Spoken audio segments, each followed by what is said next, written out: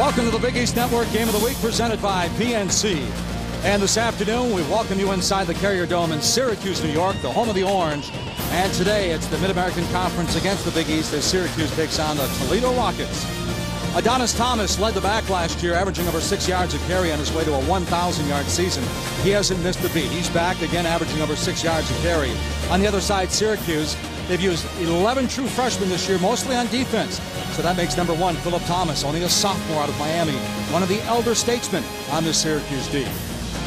Hi, everybody. Along with John Congemi, the former Pittsburgh quarterback, I'm Mike Gleason. It's always great to have you with us. And, John, you know, Toledo over the last 5 years, as we mentioned, are knocking off at least one school from a BCS qualifying conference, the likes of Michigan, Colorado, Purdue. This is their last shot now this year. They know it, and I think the Syracuse players can feel that. You can feel it in this dome because Syracuse, although they're 2-1, a disappointing loss out west to USC. But Toledo's doing a great job in this season because they feel like they should have beaten Ohio State and Columbus a couple weeks ago, and they hung with Boise State for 2.5 quarters. I believe this is going to be a great game from start to finish. And we'll have more on Syracuse and Toledo in a couple of minutes, but right now let's get you caught up to speed with the rest of the Big East Conference. Plenty of headlines, mostly off the field. Late last Friday night, a story broke in the New York Times that both Syracuse and Pittsburgh had applied with the ACC. Then less than 48 hours later on Sunday, the ACC Council of Presidents unanimously voted both Syracuse and Pittsburgh in. Then on Tuesday, the 6 remaining Big East football members plus TCU met in New York City to discuss the future of this league. And then on September 21st, Wednesday, East Carolina formalized its interest in joining the Big East by filling out an application. John Marinato, the commissioner of the Big East, after the meeting on Tuesday in New York, issued this statement. Our membership met this evening. We are committed as a conference to recruit top-level BCS caliber institutions with strong athletic and academic histories and traditions. We have been approached by a number of such institutions and will pursue all of our options to make the Big East Conference stronger than it's ever been in both basketball and football.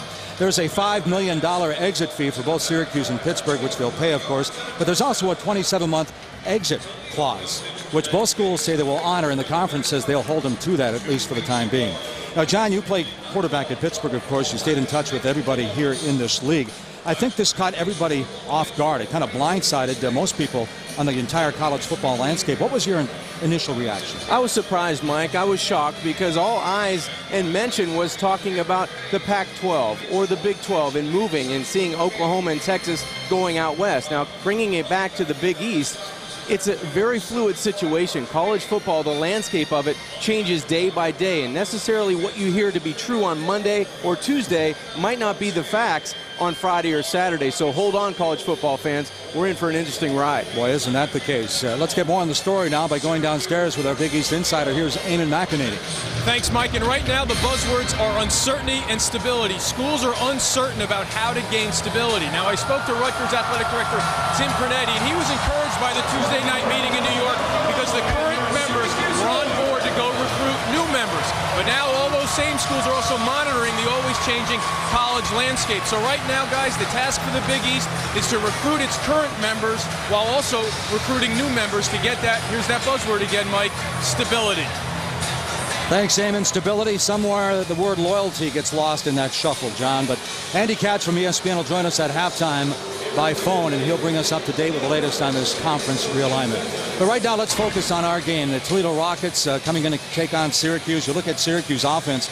Over the last couple of years, John, we've watched the maturation process of Ryan Nassib. Now he comes in hitting over 72% of his passes. He seems to be in control of the offense, and I think that's the biggest key for Ryan Nassib because he's distributing the football on time. He has control of the pocket, and he knows where he wants to go with the football. 7 touchdowns to only 1 interception, and he's getting to his second and third progressions very easily, and I think that's what makes this Orange offense very comfortable with him at quarterback. A guy that needs to get it going is the running back, Antoine Bailey. 2 rushing touchdowns on the season, but he can do it all and needs to be more involved in this offense. I think the key number for Antoine today is 25. He needs to touch the football between 20 and 25 times for this offense to be successful. And a reoccurring theme on the college landscape this year is a 2-quarterback system, but most cases and most coaches we talk to, John, they can't decide who's number one. I think with Toledo, it's 6 of one, half dozen of the other. It really doesn't matter who starts at quarterback for Toledo. Now, the plan was to play both early, but flu-like symptoms have hit junior quarterback Austin Danton, so you may see sophomore Terrence Owens. He may get the start early in this football game, but however, whoever plays and whoever's pulling the trigger, they have a playmaker on the outside in Eric Page. He ranks first in the MAC in receptions per game with 8. He also leads in punt returns, kickoff returns. He's simply a playmaker. He can do it all for Toledo, and he'll look to do that inside the dome today. He's only a junior. Last year as a sophomore named to 4 different All-American teams. It's Toledo and Syracuse inside the dome, and we're back with the kickoff right after this.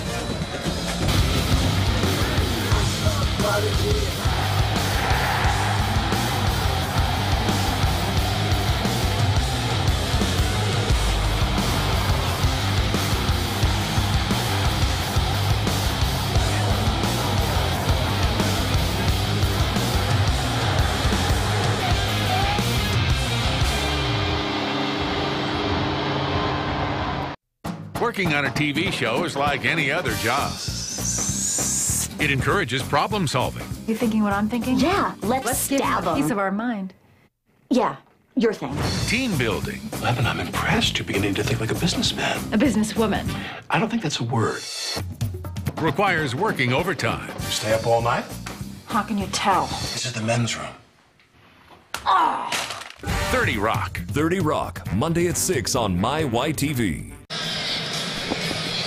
Back inside the Carrier Dome, Toledo and Syracuse all set to kick it off. And moments ago, Eamon McEnany caught up with the head coach of Syracuse, Doug Marrone. Coach, the numbers for your passing game, very impressive after 3 games. How critical is it to get Antoine Bailey in the running game going today? Well, I think it's going to be very critical for us today. We need to get the run game going, and then hopefully that'll open up some things for us on the back end to make some big plays. How about on defense? What concerns you the most about Toledo? Just the big plays that they have the potential of making. We got to make sure we know where Page is all the time, and the running back can hurt you too, number 24. So we got to make them earn the yards that they get. All right, Coach. Thanks a lot. Great. Thanks, Eamon. Thanks, Eamon. And John Conchemi, speaking of those big playmakers of Toledo, Syracuse won the toss, but Toledo will get the football first. So it's an opportunity to see Page, Eric Page, the guy that leads the MAC in kickoff returns, see if he can give Toledo instant field position. This is a guy that can do it on offense, but on special teams, he is a weapon, and hopefully for Toledo fans, he'll be a weapon today. Number 12, Eric Page, the only FBS player last year to return 3 kicks for touchdowns as Ross Krautman tees it up. Krautman, the sophomore, after earning a freshman All-America honors last year, and this game is underway. Page at the 2. He's a stop-and-go guy, gets up over the 20, dropped at the 21, a return of 19. Kyle Foster making the stop on the kickoff coverage team. And now we'll find out if it's going to be Danton or Owens. As John mentioned, Danton battling a little bit of a flu bug. And here comes that Toledo offense now. Yeah, and I believe it'll be Austin Danton, the junior. He started every game for Toledo, and he's played as a true freshman. He's won big games for this program at Northern Illinois and at Purdue, and he can do everything. Health is the biggest issue and the biggest concern today for head coach Tim Beckman. And number 4, Danton. John's going to open up with an empty backfield.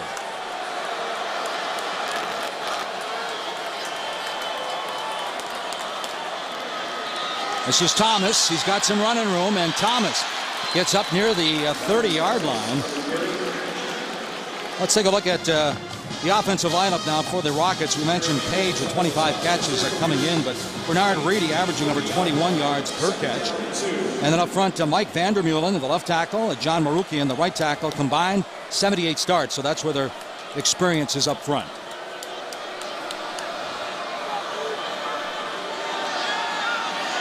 Danton comes out firing. Page trying to make the one-handed stab. That's going to set up a 3rd down situation. 3rd and 2 defensively now for Syracuse. Mikhail Marinovich making his 29th consecutive start. Torrey Ball on the other end filling in for Chandler Jones, who's nicked up. Marquise Spruill, well, he's a starter. He'll play, but he's nicked up. So Siraki Diabate starts in the middle. And in the secondary, Shamarko Thomas, he's out with an injury. So Jeremy Wilkes moves into one of the starting safety spots. Mike, so important for Syracuse to start fast and go 3 and out on defense. Danton. First down, Rockets up near the 40-yard line, so a 3rd and 2 play action. He takes off. Picks up 8 on the play. Great decision out of the quarterback, Austin Danton, the junior from Tallahassee. He had an opportunity to throw the football down the field, but he decided he could beat you with his legs, and that was a great decision on 3rd down early for a guy that's not feeling so well. You know, Max McGee didn't feel too well before that first Super Bowl either. But I bet he got different treatment than Austin Danton did.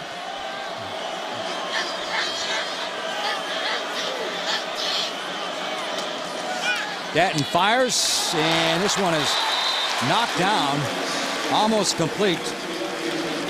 I was playing the defensive secondary that time by number 28, Jeremy Wilkes, and let's go down and check in with Eamon.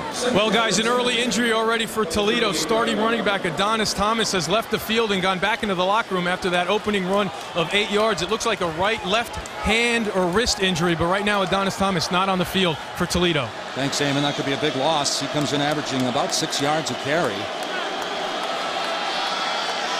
Rockets facing a 2nd and 10 from the 38-yard line. This is David Llewellyn. Bounces out to the outside, and he's up over the 45-yard line. Keon Lynn finally pushes him out of bounds, the cornerback. 9 by Llewellyn. Let's go back and take a look at Adonis Thomas. And Mike, the vision was perfect by Thomas. He bounces it to the outside. He looks like he takes a helmet right on the left hand, and that could be the problem. Might be a dislocation of a finger. It could be a wrist problem, but the helmet right on the left hand of Adonis Thomas. 2nd, 3rd down situation. Again, Danton, I don't know if he got it. Depends on the spots. It was a 3rd and 1. Danton picked up the first down with an 8-yard gain, and now they're going to move the chain, so I guess he got it. Got a good spot.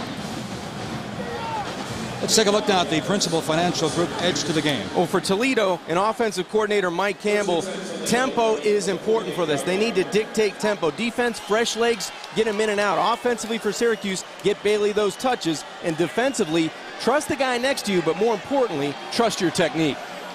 Speaking of touches so far, number 12, Eric Page, yet to touch the football except for the kickoff. Danton, nice read. And he gets up or down near the 45-yard line before Jeremy Wilkes makes the stop again. 6 more for Danton.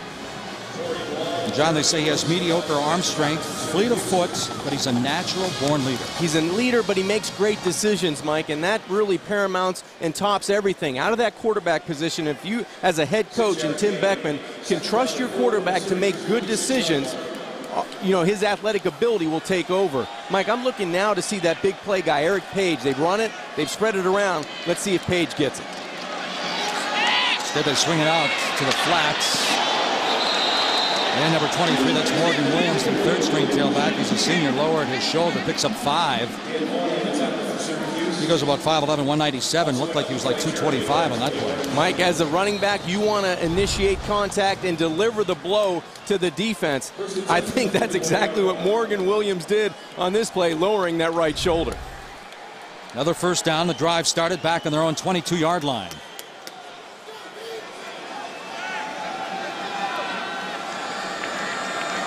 Page is in a situation with man-to-man. Not much running room. Hit the defensive front. Got back to the line of scrimmage, maybe a half a yard. That was David Llewellyn, the sophomore from Lockport, New York. Mike, you like how the first drive of the game for an offense, how you can come out and control the chains, control the flow of the football game, spread it out. We've seen all 3 running backs touch the football, and Danton make great decisions. This is exactly the blueprint that Toledo came out of the locker room with, wanting to start this football game.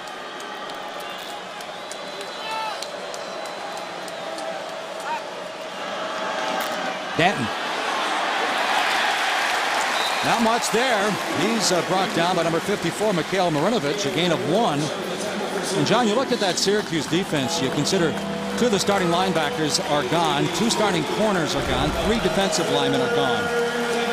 And you need Marinovich to come up and make plays like this to get the crowd into it. And he's one of those veteran presence on the defensive front. He has to make big plays and pressure the pocket for the Orange on defense. 3rd and long. So far the Rockets are 2 for 2 in 3rd down conversions here this afternoon.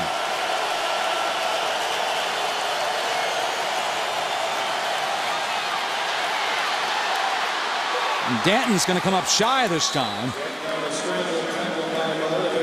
Nice pickup, but shy of the 1st down. Marinovich chased him down from that defensive end spot, just as you were saying he has to do today. He did a good job of pursuing the quarterback, and Danton did a better job of getting Toledo in a 4th and short situation, and it looks like that offense will stay on the football field for head coach Tim Beckman and offensive coordinator Mike Campbell. Last time they ran a sneak in this situation, in a short yardage situation. They've got a big bruising back behind it.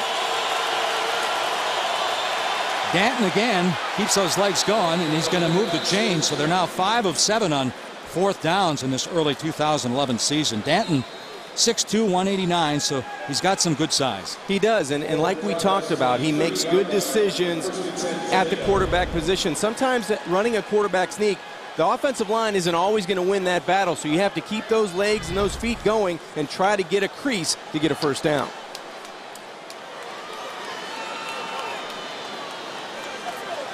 Mike, I would attack the middle of the football field right now because Eric Page is in the slot up top. 13th play of the drive. Danton. Page has his first catch, and that's exactly what Scott Schaefer was worried about. A 5-yard pickup and then him turning and taking off. So as we take a look at some of the potential finalists for our Capital One Impact Performance of the Week, Eric Page definitely on the list. 25 receptions. He leads the MAC with 8 catches per game. And we talked about his special teams prowess. Penalty flags down. Now log on to CapitalOneCup.com to vote for this week's Impact Performance. Ball start. Offense. Number 78. 5-yard penalty. 2nd down. That's a referee, Tracy Jones, Big East officiating crew. And you mentioned Tim Beckman, the head coach. He said penalties are unacceptable. John, last week against Boise State in the 3rd quarter alone, they were flagged 7 times. Yeah, you're not going to win many football games when you're going backwards. And right now in as close to the red zone, around the 25-yard line, you have to be efficient and you have to make good decisions in your offense.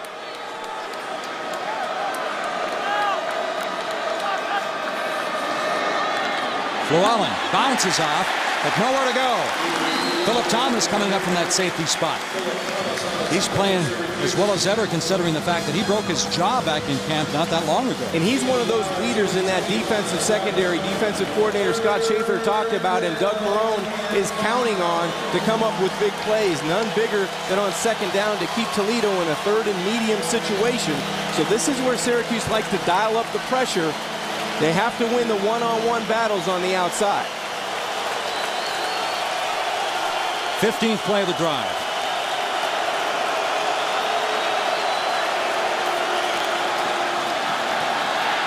Danton underneath, it's Page, and he breaks the tackle. Page down to the 20-yard line. It's going to be another 1st down.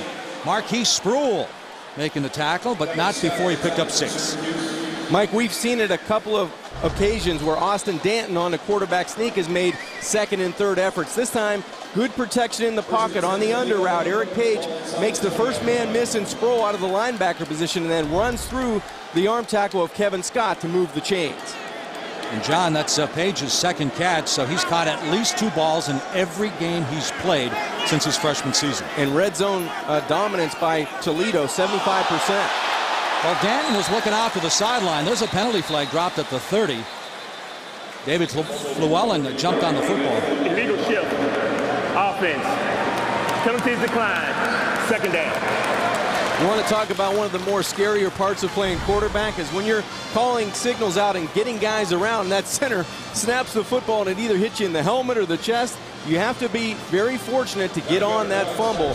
That was a penalty, so only a 5-yarder, so that would have been blown dead. But the center and Zach Karen needs to pay attention, and that's when the quarterback walks up and says, listen, we just lost 9 yards. Listen for the snap count. It's a 2nd and 19. Drive starting way back at the 22-yard line. First possession for the Rockets tonight. And they swing it out of the backfield. Llewellyn breaks a tackle, and he's down inside the 20-yard line again. So beyond the original line of scrimmage, picked up 9. Philip Thomas making the stop. Mike, we talked about at the hotel yesterday how big of a squad Toledo has. And now we've seen Thomas, Llewellyn, and Williams in the running back position. Other than their numbers, I can't tell the difference who's the first team, the second team guy, or the third team guy. It's a great point. The coaching staff telling us you're going to see all three. I don't think they expected Adonis Thomas to leave the ball game this early with that injury. Third down, Danton over the middle. It's complete. Page inside the 5-yard line. Thomas again making the stop, but now the Rockets are knocking on the door. A gain of 14. Nice patience in the pocket. No pressure there. Good job by the offensive line, and Danton was able to allow Eric Page to find his way in the zone, coming from left to right, sat in the zone, squared up to the quarterback, and now you've got a 1st and goal.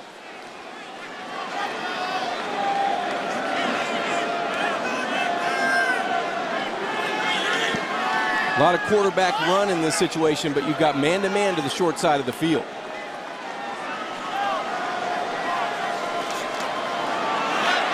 There's Danton trying to weave his way through traffic, and he picked up maybe one. Danny Vaughn making the stop. And boy, that Syracuse offense, they're going to have to re-stretch. I think so. The Rockets of Toledo looking at their 20th play of the drive. This is the opening possession. There's Tim Beckman, the head coach, in his 3rd year, like Doug Marrone. Both went to a bowl game last year. Both are 14-14. But, Mike, it doesn't mean anything if Toledo can't cash in for 7 points. Well, Llewellyn, he was at the cash register, but it didn't open.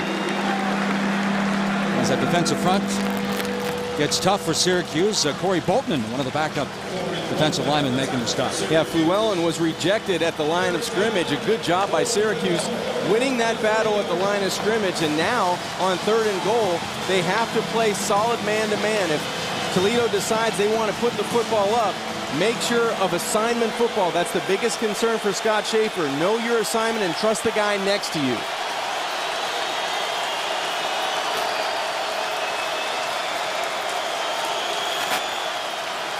Danton, good coverage, fires, and it's incomplete. 4th down. So the drive over 10 minutes. So I guess if they settle for 3, that's kind of a moral victory for Syracuse. Well, you feel like it might be deflating. They're going to come away with an opportunity to score points, but Scott Schaefer, the defensive coordinator, has to feel happy about all the young guys. 7 out of 11 guys either made their first start or going to make early playing time today for Syracuse and throughout the first 3 games, so to hold to the field goal chance was big. Ryan Casano, the senior, he's 4 for 5 in field goals this year. This will be a 20-yarder. And it's a walk in the park for him. It's true. And the Rockets, taken from their 22, march all the way down the field, but they do not come up with a touchdown. Casano with a 20-yard field goal, and Tim Beckman's Rockets on top by 3.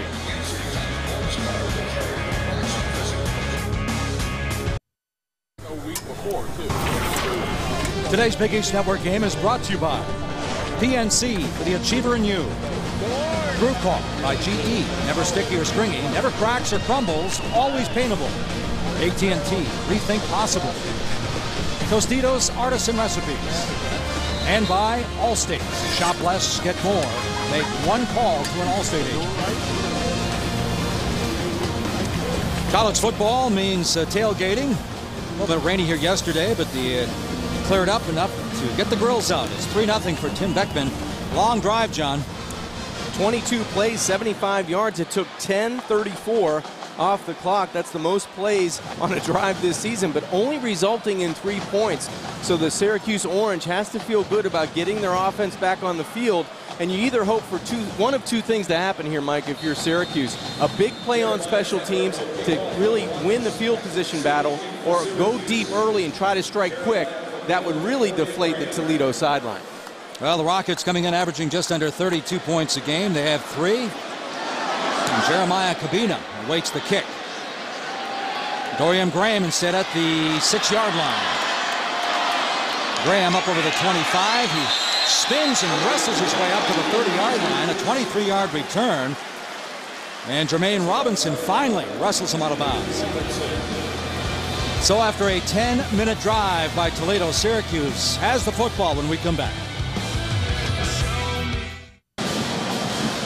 Welcome back. Rockets by 3 after the field goal, and John Congemi, first look now at number 12, Ryan Nassib. We talked about in the open, same system 2 years in a row. He feels very comfortable at the controls of this system, and he knows how to match up formations now with any play in the playbook. So this is a guy that's playing with extreme confidence, and he's doing a nice job of making decisions from the pocket. 7 touchdowns and only 1 interception. Fullback Adam Harris with Antoine Bailey in the backfield with Nassib.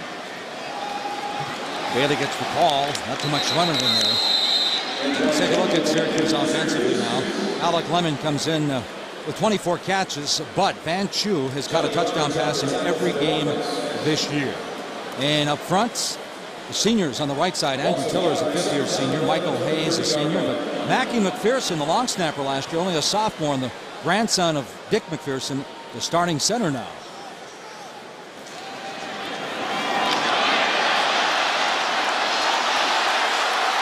All the way up over the 35-yard line, Antoine Bailey picks up 8 as we take a look at the Rockets defensively. All their strength and depth up front. Riley Roberts-Lamb, all seniors. TJ Fatinikin is the only junior up front. Linebackers, Robert Bell leads that attack with 22 tackles. And in the secondary, Tyquan Page is banged up, so Keith Suggs is a true freshman, and he gets his 2nd straight start at one of the corners spot. Man-to-man outside. This should be a quick pass. Nassib, his first 3rd down is converted up over the 50-yard line as Dorian Graham gets the catch. A gain of 13, and Desmond Merrill in coverage. And Mike, we talked about the control of the pocket, the control of the offense by Ryan Nassib. That time, he saw man-to-man coverage, felt pressure to the middle, and threw to a converted safety, now wide receiver, on 3rd and short to move the chains. Well, John, he was saying his spring was so much easier last year because he understood so much more. He looks like it. He looks very comfortable through 3 games, and early in this one. Miscommunication, tough break. It's going to be Toledo football. Very quickly.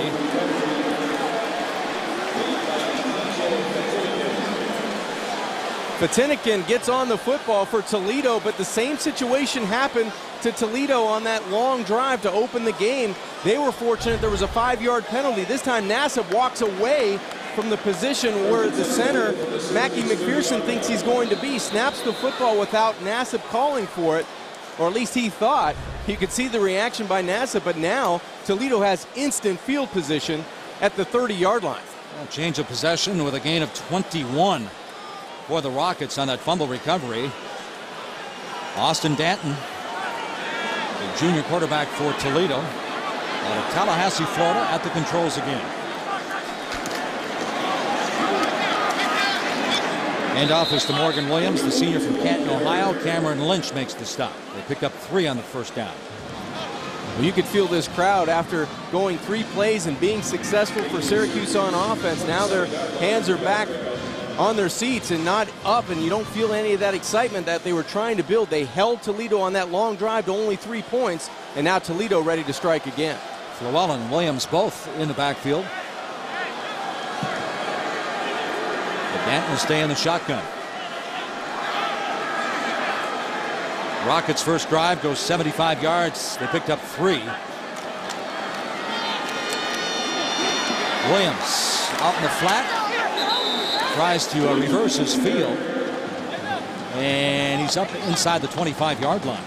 Offensive coordinator for Toledo, Matt Campbell, talked about all 3 backs in glowing fashion, but what he said about Morgan Williams is he's very steady and he catches the football very well out of the backfield. That's exactly what we've seen out of Williams. He catches the football without breaking stride, Mike, and the one thing is, yards after contact, he's good at that as well. Another 3rd down situation. This one out of the Wildcat. Danton is spread out. First down, inside the 10, and it's a touchdown for the Rockets. Morgan Williams with the direct snap takes it all the way for the score. 21 yards for the touchdown. You called it, Mike. Wildcat formation, and it has to be very frustrating on the orange sideline for Doug Marone and very exciting on the Toledo sideline because they had exactly what they wanted. They had their big right guard, Greg Mance, come out and pull from that position, and he led Morgan Williams really untouched from the 10-yard line in for the score. Ryan Cusano right down the middle of the freeway, so he's got 4 points in the ball game already. And the Rockets with 10, 3 plays, 30 yards after the fumble recovery. And they only took 1:24 off the clock, Mike. Morgan Williams, he's listed as third on the depth chart. He's number 1 right now for Toledo.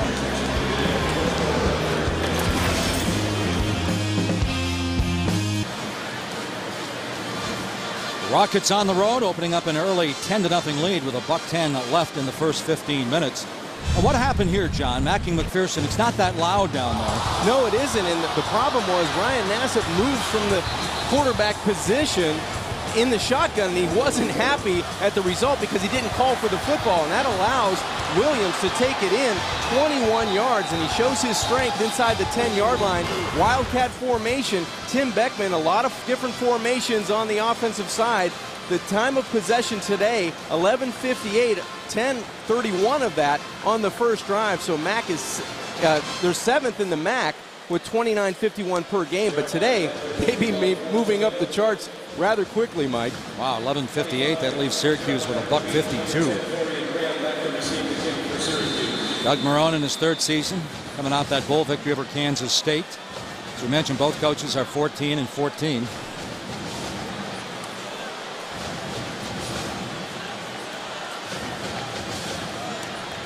Jeremiah Detmer with his second kickoff. And number 10, Dorian Graham with his second return. Takes it at the 5-yard line. Graham finds a seam. Weaves his way over the 40. Still on his feet. And he's dropped just shy of the 45-yard line. A 40-yard return for Dorian Graham. Mike, this is exactly what the Orange needed. He retreats to catch the football at the 5-yard line. Then Graham heads north and south, makes the kicker miss around the 35-yard line, and now the Orange have instant field position. So Graham goes from defense to offense, back to defense, and now back to offense. He picked up that first down with his only reception of the game, and now a nice return of 40 yards. And Nassib goes back to work. Fires, and this one's complete. That's Van Chu, number 82. Let's take a look now at our Big East leaders, brought to you by GNC. For the achiever in you, Geno Smith coming in 335 yards passing a game. He's got a big game against LSU. And what about B.J. Daniels? How about the maturation with him? He's done a terrific job. His completion percentage is through the roof, and that's why they've been successful early. Nassib hit his first 2. Bailey bounces off the would-be tackler down inside the 40-yard line. Picks up 8. Nice, tough run by Bailey that time. Byron Best, the backup linebacker, makes the stop. Well, we talked about the amount of touches that running back Antoine Bailey is going to need to have. That has to be at least his 3rd touch this afternoon. They haven't been on the field for him to touch the football that much, but the Orange have to go through him to be successful. That touch for 16 yards. Bailey now on the field with the backup fullback, Tombe Kose.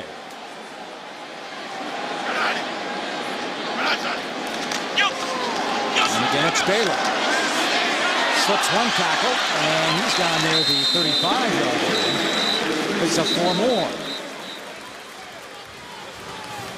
You know, Bailey playing a backup role to DeLon Carter now with the Indianapolis Colts. Daniel Hackett saying that we knew that if you gave the ball to Carter, he was going to go straight ahead, picks up 5. But with Bailey, you don't know what's going to happen because he can do all the packages. So big turnover for the Orange on their first position. TJ Fatinikin picks it up, and they convert that into a touchdown. It's 10-0 Rockets on top on the road.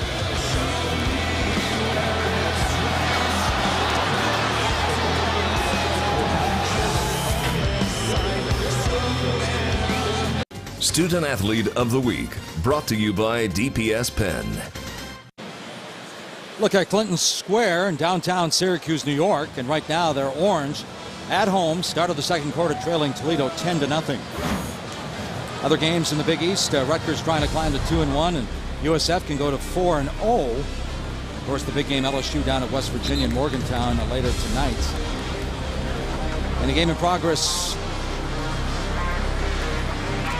in Pittsburgh right now. Pittsburgh taking on the Fighting Irish of Notre Dame, John.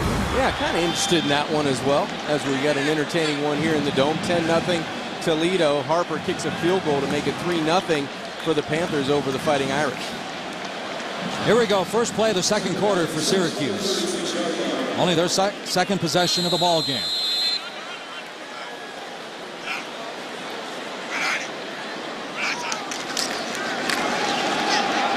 Bailey.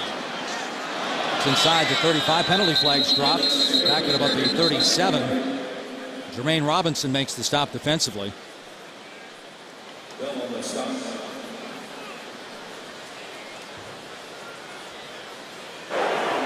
Holding. Offense, number 59. 10-yard penalty. Second down. Well, Syracuse penalized about 73 yards a game so far this year. And how about that big game down in Morgantown, John? LSU, 35-game winning streak in non-conference games, and that place is going to be hopping. And I think the Mountaineers have a legitimate chance to win that football game if Geno Smith stays hot. You know, the big play has been the ammo for West Virginia. 17 passes of over 20 yards or more already this season. Last year, they only had 35 for the entire season. So Geno Smith could be the key to that game. We'll take Patrick Peterson out of last year's game. I think the Mountaineers might have beaten LSU. Some running room. Lots of it.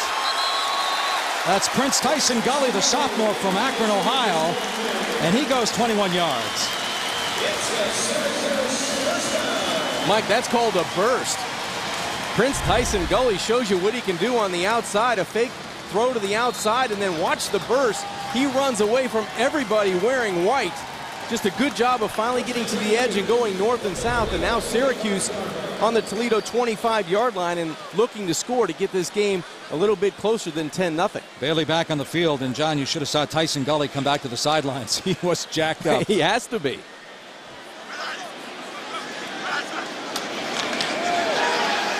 Toledo showed blitz. Nassib found it, and he finds his man wide open. That's Nick Provo, the fifth-year senior. 25 yards, and Syracuse is on the board.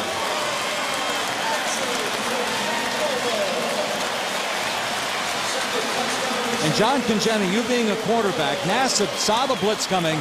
What a great job of finding that open tight end. Mike, he didn't force the football, and that's the key on this play. We talked about how comfortable Ryan Nassib is in the open and how comfortable he is in the pocket. He went to his progression. He went to one, he went to two, didn't like it, and before he tucked it to run, he found a tight end who caught 8 balls last week at USC wide open for the touchdown. And Provo, that's his second touchdown catch in 2011. Troutman's on for the kick. He converts, and Syracuse takes a 10-point deficit, turns it into a 3-point ball game. All right, John, take us to break here with another look at the touchdown pass. Just a great job of patience by Ryan Nassib. He finds that favorite target. A tight end is always the quarterback's best friend for 6 points.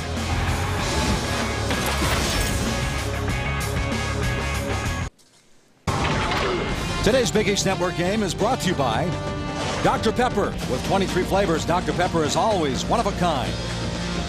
Trade Winds Resorts, the place to kick off your beach getaway. Liberty Mutual Insurance, responsibility, what's your policy? And by Buick. See real stories of human achievement on the Buick Human Highlight Reel at ncaa.com/Buick.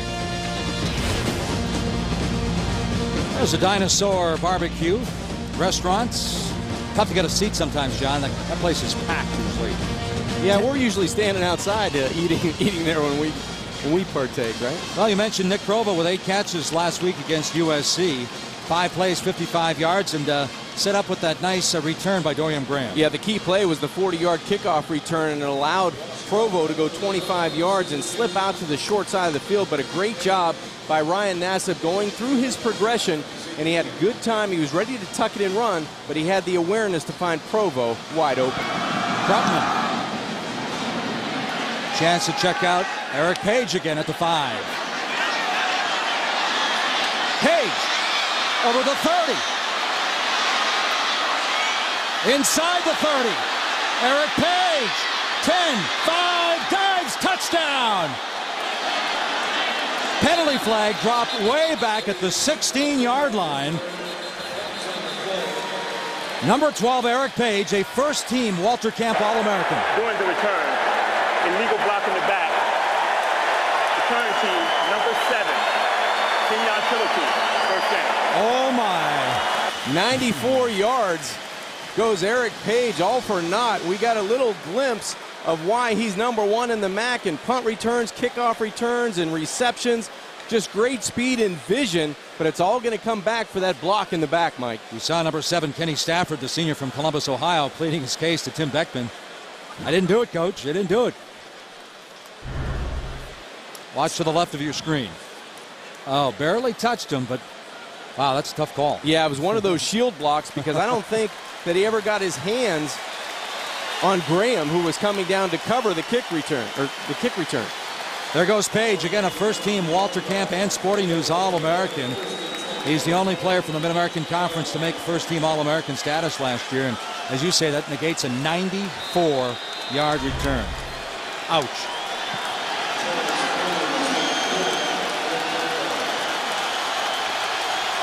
Number 2, Terrence Owens now, the redshirt sophomore from Cleveland, Ohio, in at quarterback. And they start things off with a run right up the middle, a gain of 3 as Cameron Lynch makes the stop. There's Owens. What do you have on Owens, John? Well, you know, both quarterbacks very similar, but Terrence Owens likes to push the football down the field. He has great mobility. He has maybe a little bit stronger arm than Austin Danton. He's a lefty. Finds his first man, and that is complete to James Green. You can see that they're not afraid to move the pocket with either Austin Danton or Terrence Owens. They like 3-step drops, 7-step drops. They like to move the pocket as well, Mike. They say his decision-making and not quite as strong as Danton, but he has a golden left arm. Definitely a playmaker.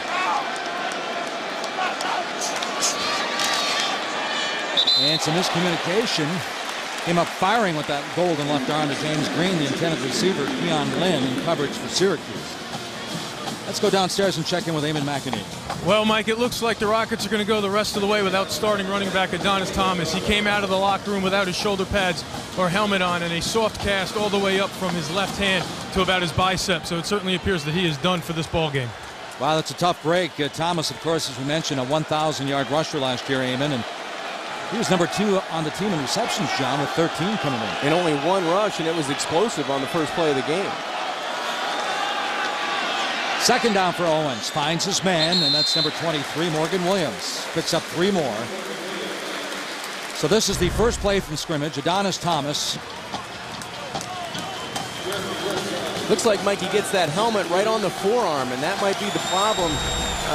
Why he's wearing that soft cast, as Eamon talked about on the sidelines. Initially it looked like a wrist or a finger, but that looked like a pretty good hit to the left forearm.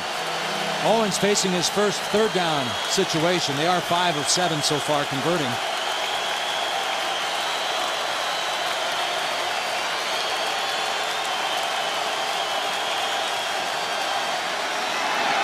Owens over the middle, fires, and this one's going to be incomplete. Jerome Jones, definitely a big target, John. 6'7", 240, but that sailed way over his head. Well, it was high enough for him to get it because that ball sailed, as you said. It was uncatchable, and a good job by Syracuse coming back. After the 94-yard kick return that was brought back, the defense answers the challenge and goes 3 plays and out on the quarterback, the new quarterback into the game now, Terrence Owens. Ben Spenza, he'll be kicking this away about the 10-yard line.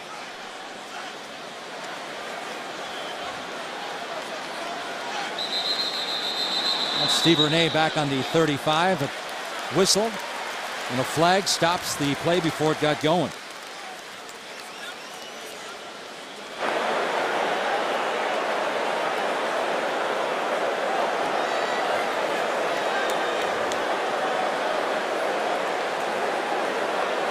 That's our referee, Tracy Jones. The other officials huddling at about the 25-yard line. Tim Beckman inheriting a 3-9 team, going 5 and 7 and 8 and 5. On the play, 4th down. So pick up the flag and they'll punt it from the 10.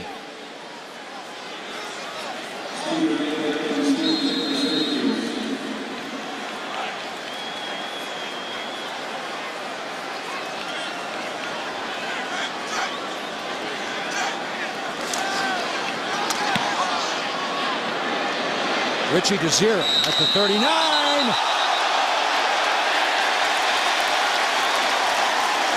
We'll have to see this one after we come back, because did he hold up his arm for the fair catch? A 36-yard punt, and boy, he was nailed, but he wasn't taken off.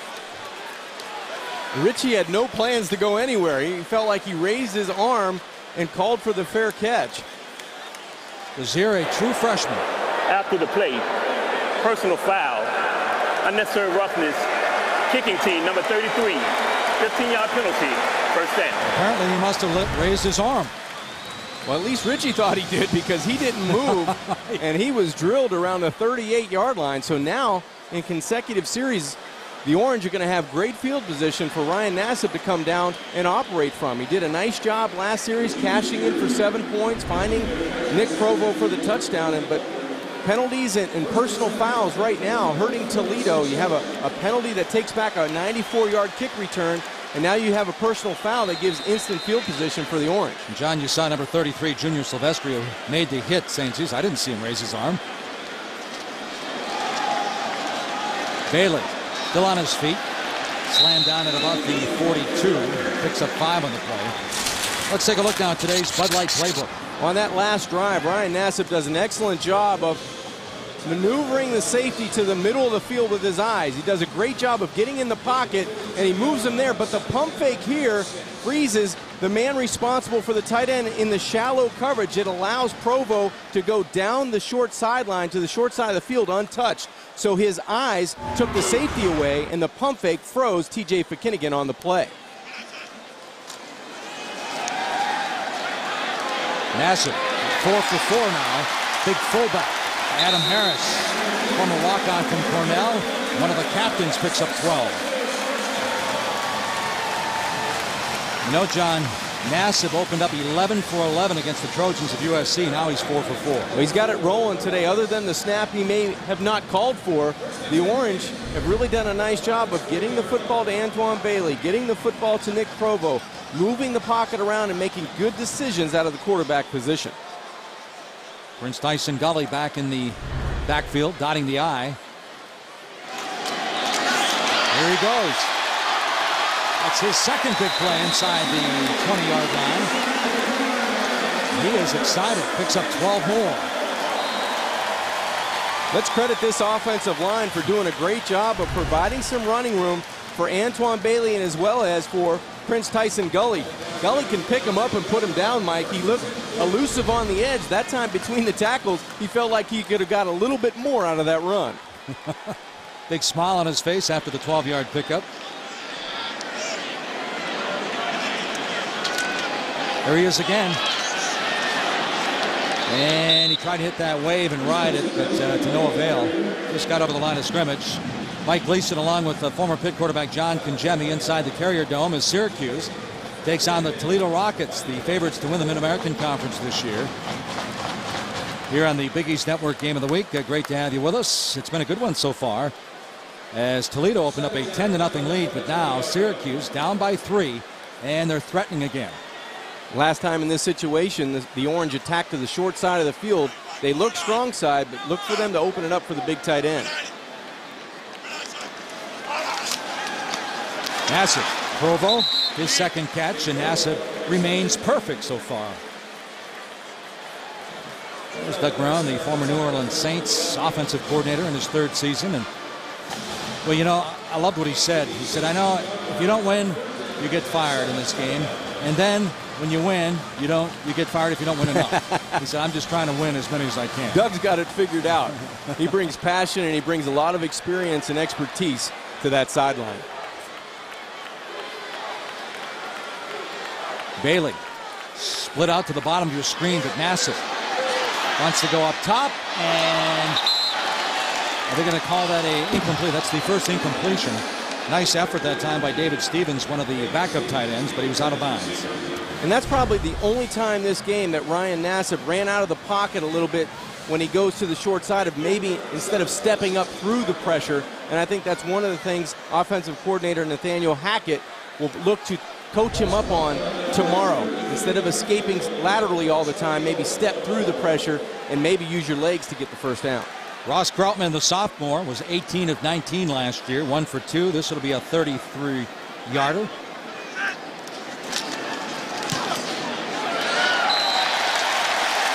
He's got it.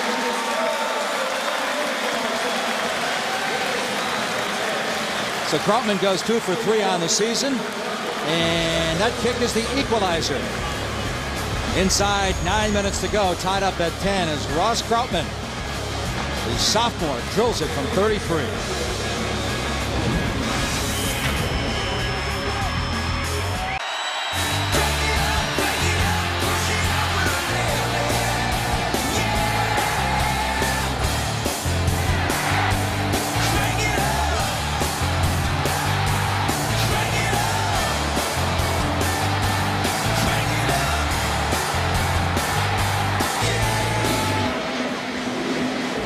Now the Syracuse Orange are tying it up now at 10-10 with 8:53 to go. Syracuse eventually heading over to the ACC. A look at the Big East Conference. All started back in 1979, John. Dave Gavitt, the thoughts and prayers go out to his family. Dave Gavitt passing away last Friday night. You see in 2005, Louisville, Cincinnati, USF, Marquette, DePaul all added. Now 2011, Pittsburgh and Syracuse. They're heading south to the ACC. In 2012, TCU joining the Big East Conference. Well, as we talked about at the top of the program, the landscape of college football is ever changing, and it's at a rapid pace. And I'm not certain that it's over quite yet. And taking a look at the Big 12, they have settled everything for today, but tomorrow may bring some more questions. And for Syracuse and Pittsburgh moving on to the ACC, they obviously feel like it's a good situation for them. So. You with them, wish them nothing but the best, and they're going to be joining BC and Miami and Virginia Tech, who took that plunge a few years ago. Ross Krautman with the kick again, this time keeping it away from Page. This is taken just over the 10-yard line by Morgan Williams, and Williams up over the 25. John Anselmo, the special teams coach for Syracuse, I like what he said.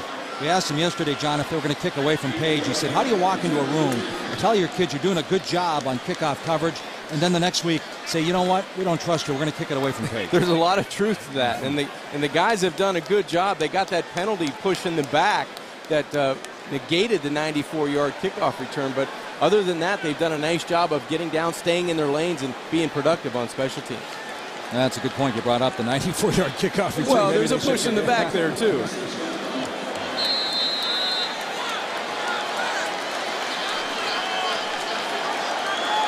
Ball rests on the 26, Terrence Owens, the redshirt sophomore quarterback from Cleveland, back on the field. Turns, fires, Page with the catch. That's his third catch, up over the 30-yard line. Torrey Ball makes the stop finally. This week's Big East Scholar Athlete is brought to you by Dr. Pepper with 23 flavors. Dr. Pepper is always one of a kind. And there's one of a kind there, huh? Kevin Scott, look at, already graduated, working on a master's degree, 3.4 GPA. That's pretty impressive. Very nice. Kevin Scott, I should mention, also one of the co-captains on this team. You know, I have something in common other than that GPA with Kevin Scott. Oh, you do? St. Thomas Aquinas High School. Well, I was going to say, you had a 3.4? No. I added them all up and didn't get there, but we're working on it. It's a work in progress, Cleve. I see the St. Thomas Aquinas connection there. Third down and 1.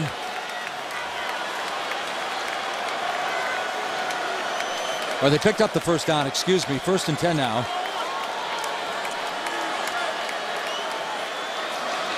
Owens fires, and this one's complete to James Green, the sophomore from Miami. That's his second catch. Marquise Sproul pushes him out of bounds. Syracuse starting to get a little bit of pressure on the pocket. Marquise Sproul's doing a good job, but watch the pressure in the pocket. He fights through the would-be block of the running back, and he does a good job putting a hat on the quarterback. Owens fires again near side, looking for Green again at the midfield stripe. Over his head, incomplete. Rashard Anderson in coverage that time defensively for the Orange. The one thing I can tell between the quarterbacks, between Austin Danton and Terrence Owens, is Terrence Owens definitely has a strong arm. but I don't know if he has the anticipation of Austin Danton. And on 3rd and medium now, on 3rd and 5, as a quarterback, you need to anticipate if you get man under too deep coverage, and that looks like what Syracuse is going to do. So you have to anticipate. If you don't see it, tuck the football down and run. Use your legs for the first down. 3rd down, number 12, Eric Page in the slot, near side. Llewellyn spins, and he's going to move the chains up near the midfield stripe, and it's a first down Toledo. Marquis Spruill makes the stop, but not before Llewellyn picks up 7 more. Well, it was very unfortunate what happened to Thomas, the starting running back, on the very first play, but David Llewellyn and Morgan Williams have done more than adequate job of filling in, doing a great job running in between the tackles and picking up a critical 3rd down in this first half. And Llewellyn returned to his native state. He's from Lockport, New York.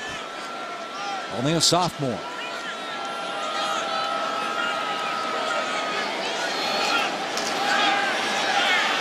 Owens looking, firing. Finally finds his man Kenny Stafford, the senior from Columbus. Picks up 10, another first down for the Rockets. And Owens doing a good job of attacking the short side of the football field. He felt the pressure. Watch him step up and be poised in the pocket. A clear throwing lane. He bypasses his running back and throws a strike outside.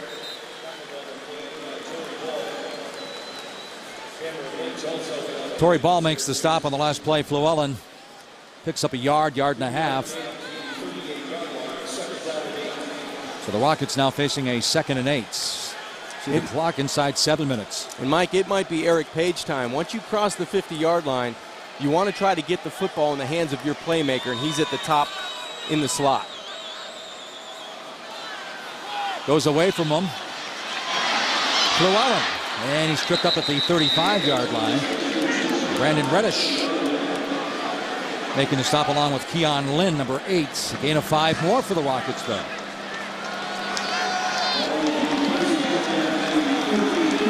Another 3rd down situation. They're 46% on the year. The way they're moving it today, you'd think those numbers are even higher.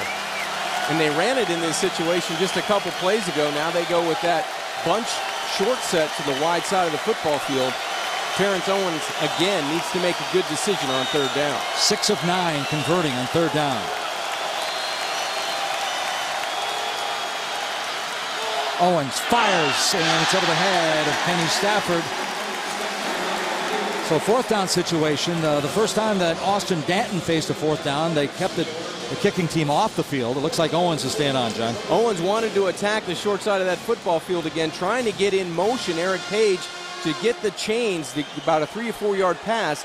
But again, he held it just a count too long. If he anticipates Kenny Stafford coming out of the break and makes an accurate throw, the play was there. So now on 4th down, Mike, 67% on the year, 4 of 6 are the Rockets on 4th down.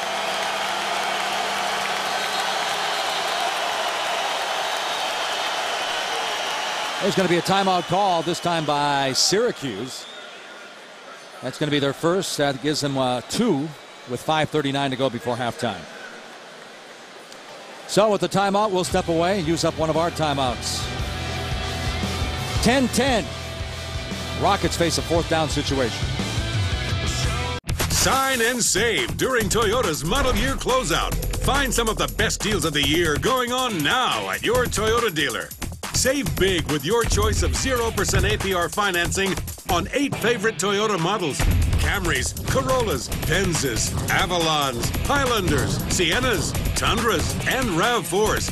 And Toyota Care now comes with every new Toyota. Sign and save on the last of the 2011s during Toyota's model year closeout.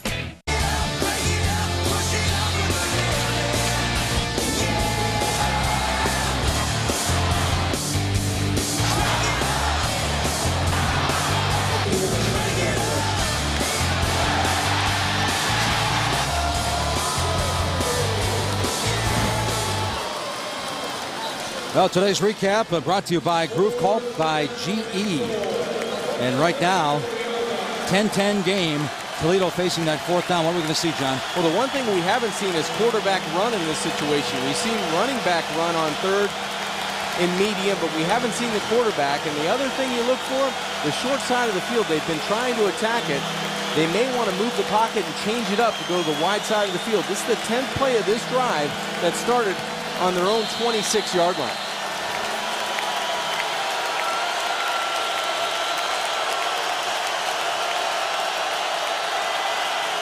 Owens is 6 for 10 throwing the football so far today. Feels the pressure, takes off. He is stood up by number 1, Philip Thomas. He got down near the 30. The first down marker is right at the 30. And look at the spot, about 6 inches shy of the 30-yard line. Well, it was a good job of scrambling by Terrence Owens. I just think vision-wise, he could have run to daylight. If he sticks his head and tries to split the defenders and go to the right side, he may have gotten the 30-yard line. Now, that's very much easily said than done, but Owens gave great effort on the play, but a better effort by Scott Schaefer in that defensive 11. They ran to the football, stopped the offense short of that 30-yard line, so the gamble by Tim Beckman, the head coach of the Rockets, doesn't happen on 4th down. Now Syracuse has an opportunity with 5:31 left to go down and score. I think Beckman thought he got a bad spot, John, that time. Tyson Gully again. He's feeling his oats. He's up over the 35-yard line. Gain of 7 more. So Prince Tyson Gully, the sophomore from Akron, he's looking like a guy that's carried the ball for years here. The thing I like about Prince Tyson Gully is he's a great changeup for Antoine Bailey. Now they're very similar in stature. Bailey goes 5'7", Gully goes 5'9", but you can see the burst on the outside. And in between the tackles, it just looks like he heads north-south with a purpose. 4 carries for 39 for Tyson Gully. That's a pretty good average. Bailey back on the field now, dotting the I behind Adam Harris. Nassib finds this man wide open at the 40-yard line. That's number 82, Van Chu. Averaging 16 yards a catch, and John, that time it goes 24. We can see why Ryan Nassib has such a high percentage when he's throwing the football. He's very accurate, he's very under control, and he knows where his outlet receivers are. That time on the outside, the speedster, the deep threat, Van Chu was going deep. He comes off on a deep comeback, and Ryan Nassib had the presence and the patience to find him. Nassib now 6 of 7 for 84 yards.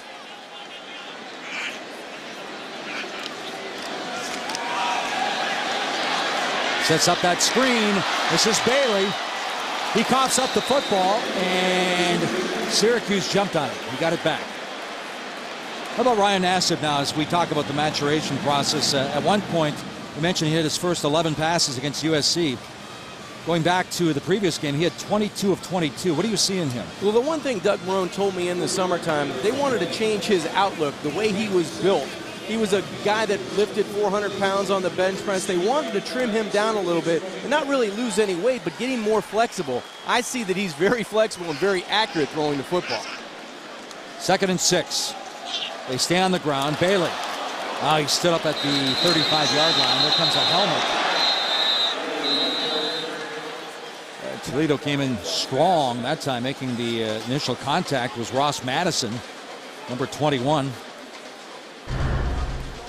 We talked about how physical Toledo looked off the field yesterday. They were imposing, especially on the defensive side. That looked like that should be 15 yards. I mean, that actually had a hand on the face mask and ripped the helmet right off of Antoine Bailey. That should have been 15 yards. A lot of blue helmets around the ball, though. Defensive coordinator has to like that. Tyson Gully again. And he's down near the 25-yard line. It's going to move the chains. First down, Syracuse picks up 9 more. So he was 4 for 34, and he just tacks on 9 more as his average just keeps going up. Great balance in between Bailey. It's just going to be the quick pitch to the outside, and they're going to outflank. They're going to wall everybody to the inside and use the speed of Gully to get outside. There's the block by the wide receivers, the alleyway up the middle, and tough running by Gully.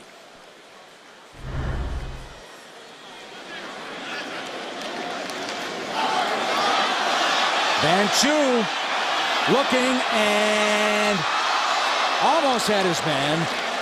So Van Chu and Syracuse looking for the 2nd touchdown pass by a receiver. They did that last week against USC. Offensive coordinator Nathaniel Hackett goes into the bag of tricks.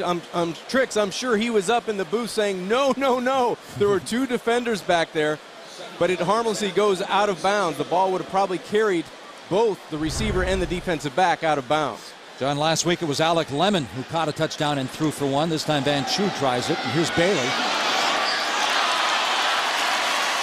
Well, I keep thinking what Nathaniel Hackett said, that Bailey can do everything good. He's a good stop-and-go guy.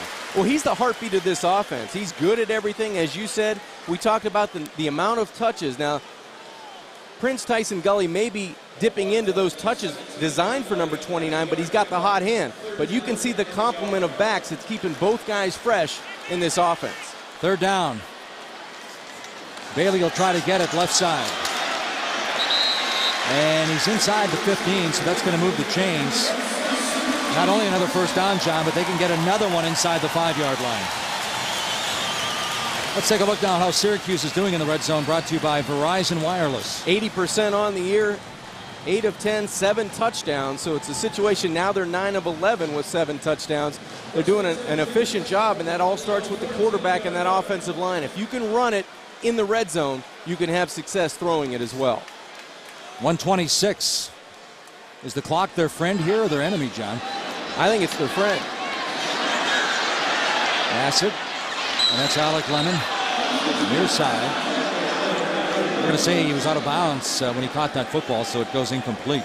Mike, you talk about 1:17 left to go before halftime. 2 timeouts for the Orange. Just plenty of time for head coach Doug Marrone and offensive coordinator Nathaniel Hackett to dial up something that they want to see.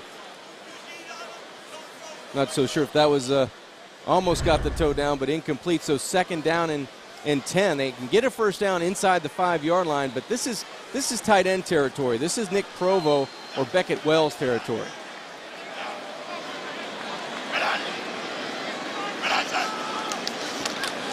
Nassib knocked down very aggressively. Here comes Toledo with the blitz. Terrell Anderson in there along with number 5. That's Deontay Morrow. The defensive coordinator Mike Ward said they need to rotate those guys, keep them fresh in the front 8, front 7, and they're doing a good job of getting their hands in passing lane so far on this drive. The Qs 3 of 4 today on 3rd down. Nassib incompletes. 3 of 5 on 3rd down.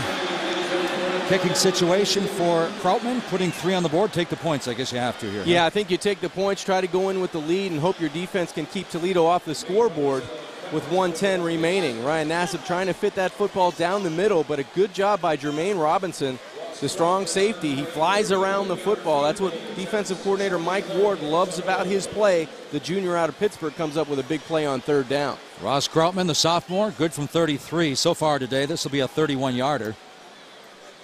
With 1:10 to go before halftime. He's got it. So he's 2 for 3.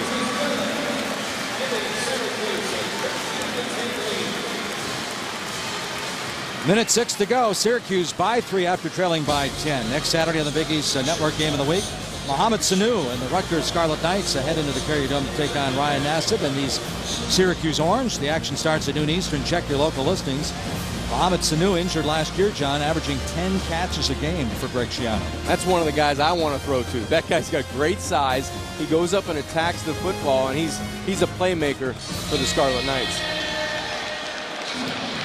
So Doug Marrone watched his team go 12 plays and 55 yards in 12 plays and 425, but now either Terrence Owens or Austin Danton, whoever quarterbacks, has 66 seconds to go before halftime to regain the lead. Well, this might be the time you may want, if you're ever going to kick away from a player, and Eric Page, this may be the time, after that 94-yarder that was called back, I might want to give somebody else a try. They do just that. Morgan Williams, no Llewellyn, up over the 30-yard line to the 32.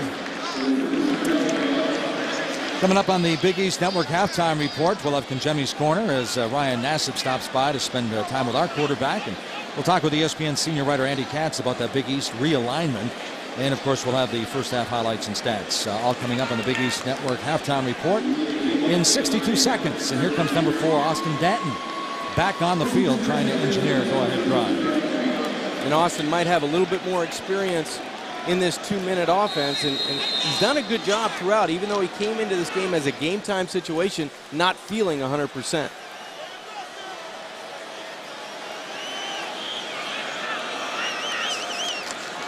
Page, near side, good coverage. They knew exactly where number 12 was going to be. Number 8, Keon Lynn, and number 1, the safety, Philip Thomas, wasn't far behind. No, and it looked like Keon Lynn may have hurt his shoulder. He has that brace underneath his pads trying to protect that. He may have come into this football game with a problem. It looks like he's aggravated that shoulder, and that secondary, Mike, has been decimated with injuries. Yeah, Shamarko Thomas, the leading tackler, not even in the game today. He's out with an injury. And they say it was a hamstring injury, so that could nag him for a long time. Rashard Anderson, number 9, at the corner now.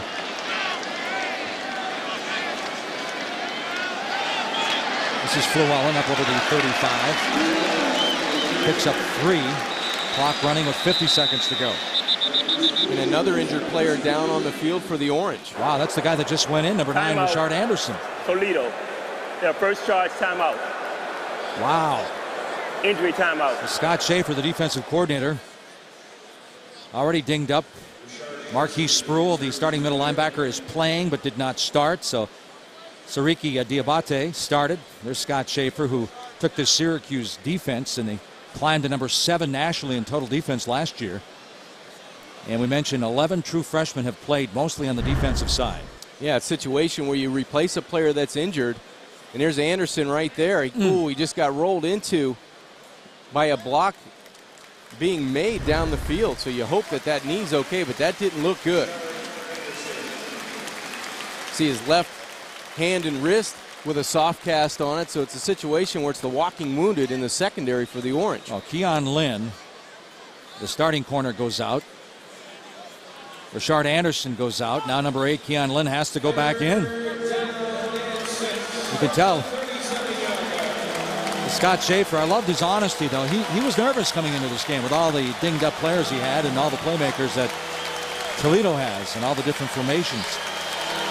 No matter how injured they are in that secondary, they better find number 12, Eric Page, because he can beat you in a flash. And it's a 3rd down.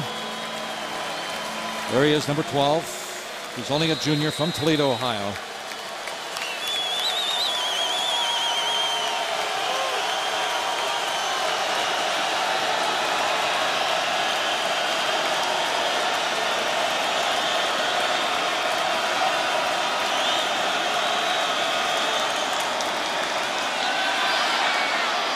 Danton takes off. He saw that marker up there, and if he didn't get it, he's close. It's going to be a 1st down. He just got to the marker and got out of bounds. Run out by Marinovich. Mike, that's the biggest difference I see between Danton, the starter, and Owens, who came in to replace him. There's no hesitation. When Danton tucks the football down, he does keep his eyes and head downfield, but there's no hesitation with his legs. He knew where the 1st down marker was, and he got it on a critical 3rd down situation. 8 carries for 33 yards for Danton. This time he comes up firing and has his man. That's Stafford out of bounds inside Syracuse territory. 39 seconds to go. Plenty of time for Toledo. 2 timeouts remaining. They have the ball at midfield now at the 50-yard line. A lot of options on the table for this offense. Their kicker, Ryan Casano, his long is 38 this year. He's a senior, but he's 4 for 5. I would think they'd continue to work that short side of the field. It's been successful for Toledo no matter who the quarterback has been.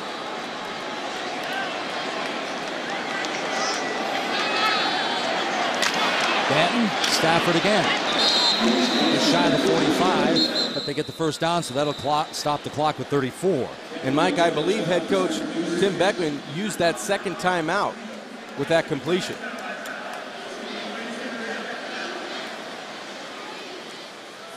So Tim Beckman talks things over with Austin Danton on that Toledo sideline.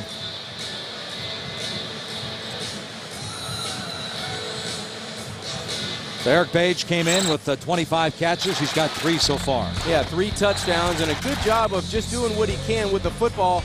Yards after the catch, that's where number 12 really accelerates. the first contact usually doesn't bring him down. He's able to elude and get into scoring position. So he's the big play guy. He leads the MAC in receptions per game and kickoff return and punt return. He's the playmaker on the outside for Toledo. His first college game, his freshman season, 12 catches for 128 yards and a touchdown against Purdue. There's the numbers today, 5 for 41, averaging 8.2. On the year, 8.3.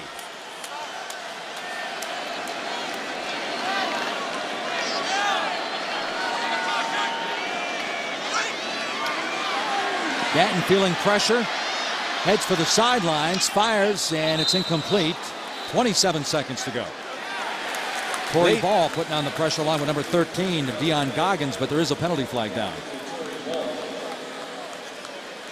I think they had 12 men possibly on the field.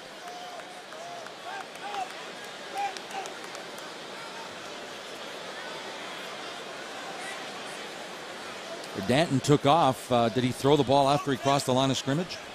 It looked like head coach for the Orange, Doug Marone, was talking to the field side judge, and right then he was able to get the call. Illegal forward pass. Offense. Number 4. 5-yard penalty. Loss of down. Second down. Well, they lose it down and 5 yards with 27 seconds. Let's take a look. The entire body has to be in front of the line of scrimmage, and yes, it was.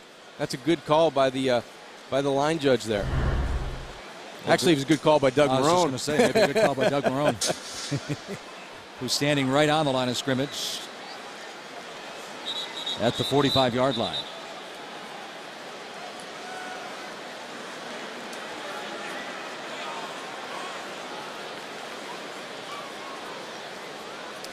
They're going to go upstairs and take a look at it. The replay official, Buddy Ward, will make the final call now. But I'm in agreement with you that it was a good call. It looked like his body was in front of that marker. Let's take a look at Austin Danton. That line of scrimmage is just shy of the 45-yard line, and it looks like he's well in front. His entire body, the football, his legs, his feet are in front or on par with the 49 or 45-yard line. That means he was in front of the line of scrimmage. Here's a very good look at it, Mike. When that ball is released, he's well in front of the line of scrimmage. And Buddy Ward, the replay official, looking for indisputable video evidence. I was just about to say something, but maybe I'll hold my opinion, even though we saw it right there in front of us. So we'll wait till Buddy Ward makes the call. It should stand as a 5-yard penalty. Well, the Orange coming back after being down 10-0. Doing a good job of doing it with field position, and right now Toledo has excellent field position. Even if they have to go back, he may have stepped out of bounds there as well, Mike, before he even released the football. So maybe that's what they're going to look at as well. Was he out of bounds, which would probably negate the throw and bring it as maybe a yard gain. Good call. We'll see. For our viewers, the Rockets picked them in the Mid-American Conference. You earlier mentioned that Ohio State game that they probably should have or could have won. That game ended on the 16-yard line. They just didn't convert a 4th down pass. They lost by 5 to the Buckeyes in the Horseshoe. Then against Boise State, the score indicates. After further review, the ruling on the field stands. Second down. Loss of down, loss of 5 yards. So Buddy Ward did not find indisputable video evidence. I was going to say the Boise State game, people will say, well, they were blown out by Boise State. Kellen Moore just ate them alive. But Tim Beckman will tell you that twice they fumbled inside the red zone that could have changed that game, or at least the complexion of the game.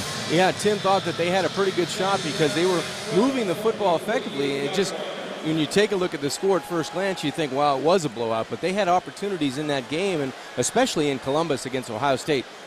Toledo dominated that football game.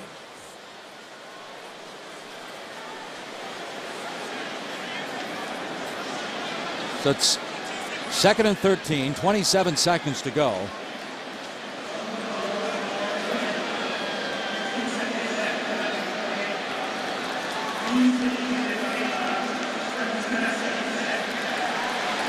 Did I just hear they're going to take 10 seconds off the clock? No, there was 34 before the play started. Then he took off. But the officials here, there's 17 seconds now, so they lose 10 seconds. A down and 5 yards.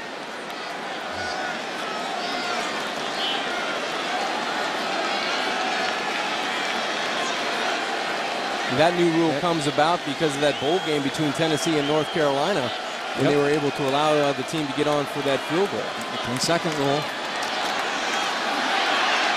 And this one almost picked off. Number 39, Adam Anena, saw it but just couldn't catch up to it. Dion Goggins putting on some pressure. Goggins and Anena, good pressure on the pocket, and quarterback Austin Danton. So another third down situation. This one much longer, 3rd and 13.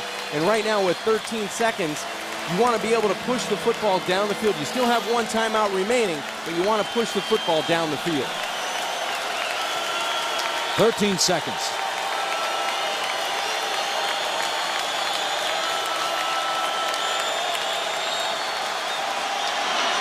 Danton fires, finds his man. It's number 12. It's Page down inside the 35-yard line.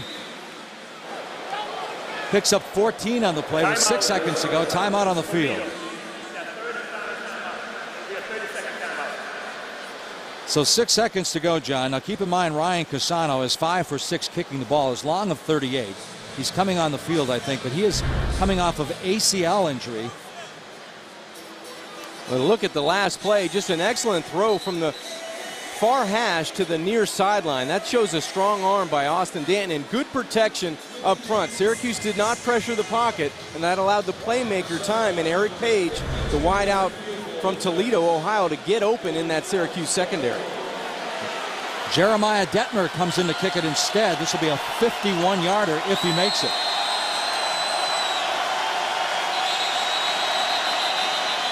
Timeout called by Doug Marone. Timeout, Syracuse. Yeah, second charge timeout. Also a 30-second timeout. You know, it's interesting. I was talking to Jason Sehorn recently. He said, you know, in the NFL, when you freeze a kicker, the kicker's actually happy because he's running around, runs trying out to there scramble, trying to kick it. yeah. He says, good, now I can think about this a little bit. So sometimes it works against you when you freeze the kicker. But maybe that's not the case on the collegiate level. I think it's the case. You know, all kickers have plenty of time during practice, but this is a big kick to come into the football game, a long kick, just under 52 yards. So Jeremiah have at it with 6 seconds left, a 52-yard attempt.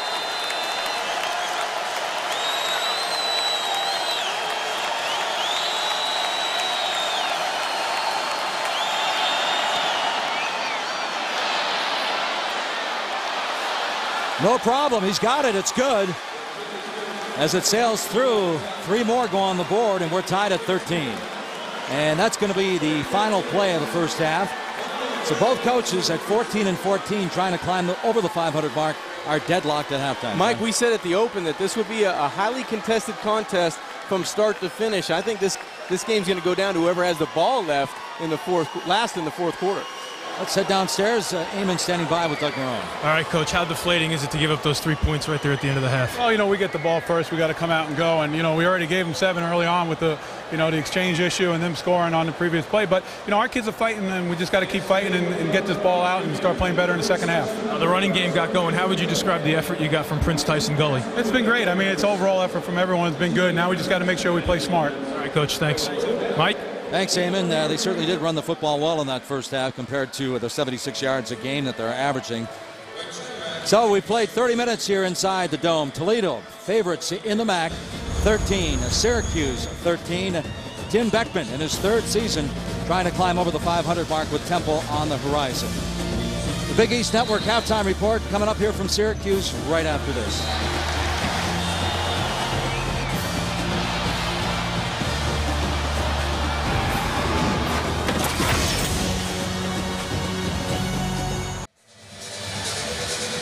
Welcome back to the Big East Network Game of the Week presented by PNC. Back in Syracuse, tied up at 13-13. The Orange will get the football to open up the second half. There's the young man who booted the 51-yard field goal to tie it up. Jeremiah Detmer and number 25, that's a true freshman, Jeremiah Cabina, back to receive the kick for Syracuse. Second half is underway. Hits at about the 7. Cabina lets it roll, and there's the flag. So the Rockets will be penalized.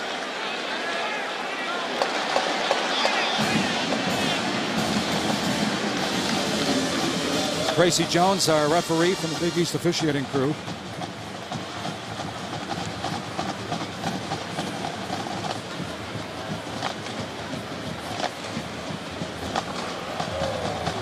Let's check in with Eamon McEnany now downstairs. Eamon? Well, Mike, Tim Beckman was pretty pumped on his way out of the locker room. I don't know how excited he is now after another penalty, because certainly that was a key part of the halftime address, cutting down on the penalties. He also said on defense, Toledo has to tackle better. And, guys, he's going to stick with that quarterback rotation. Danton being under the weather, he needs to keep Owens fresh and out there as well. So both quarterbacks will play in the second half. All right, thanks a lot, Eamon.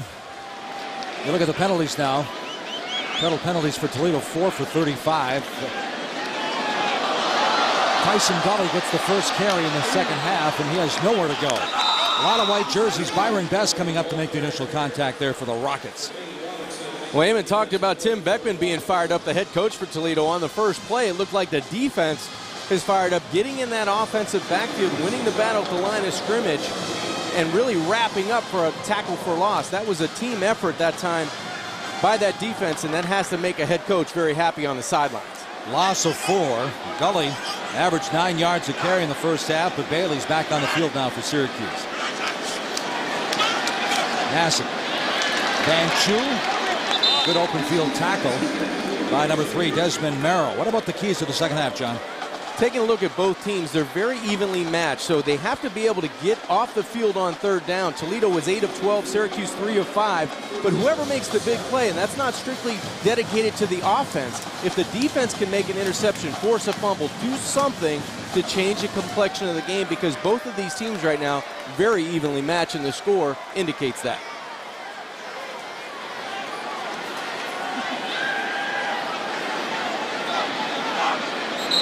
Third and 7. It's not going to get going. And Syracuse will use up their first time out in the second half at the 13:43 mark of the third quarter. So obviously Doug Marrone didn't like something he saw out there. Well, Doug knows how important these third down conversions are. They were 3 of 5 in the first half, and the Orange want to come out and set the pace and set the tempo of the second half by converting on third down. Well, we'd like to recognize our friends at Allstate for their charitable contributions across the country.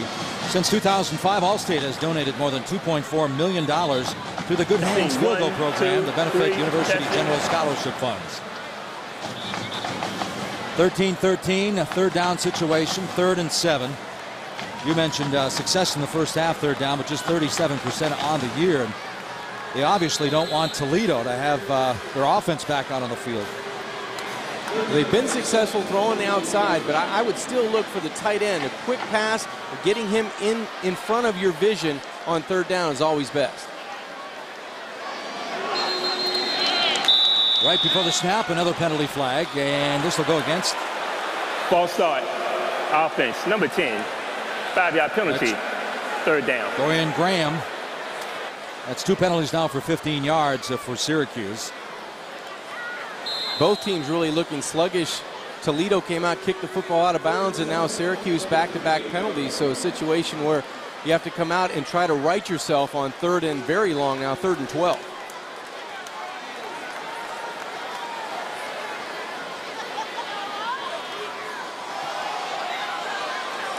They stay on the ground, and Bailey tries to get some of those yards back, but here comes the punting team now as Desmond Merrill makes the stop after a modest 5-yard gain on the 3rd and 12. Toledo does a nice job after giving the football to Syracuse at the 40-yard line on the kicking error. They're only able to gain 3 yards, so now Fisher has to come in and boot the football back. So a good job. One of the keys to this second half, getting off the field on third down. So far, mission accomplished for Toledo. And there's number 12, Eric Page again. Fisher doing the punting, another true freshman for Syracuse. He'll get this off at about the 30-yard line. He's an averaging about 43 yards a punt. Page takes it just at about the 11. Shakes one tackler, gets up over the 15, dropped at about the 17-yard line. A 49-yard punt. 5-yard return for Eric Page. We're going to take a timeout. 12:53 to go. Deadlock at 13.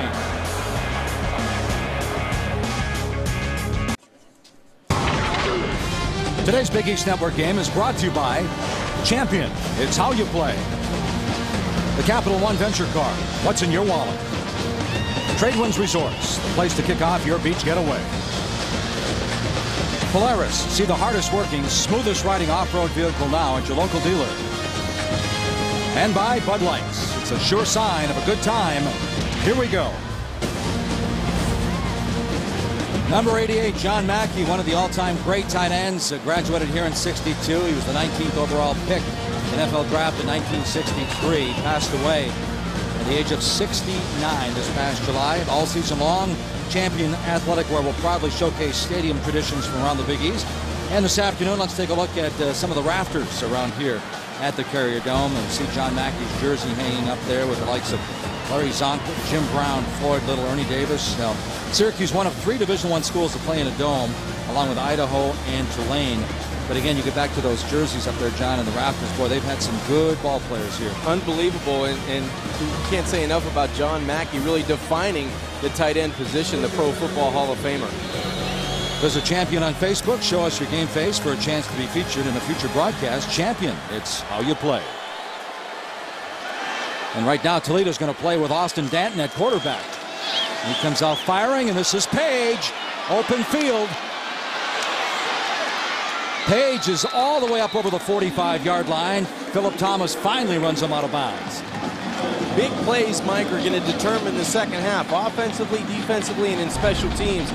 On the very first play of the second half, a good job of play action and accurate throw down the field to Eric Page. He's done a nice job of making you miss on the perimeter. 27 yards on the first play of the second half for Toledo.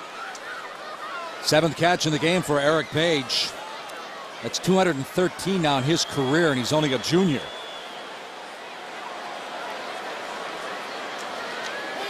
Danton, Page, 8 catches in the ball game. He's in Syracuse territory.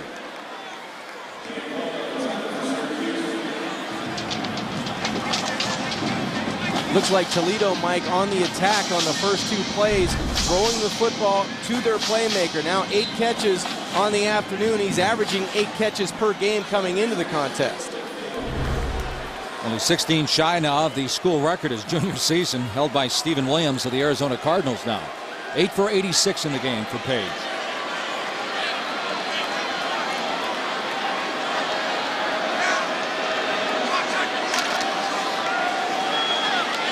And they swing it out to the back, Llewellyn. He's wrapped up by Philip Thomas right at the midfield stripe.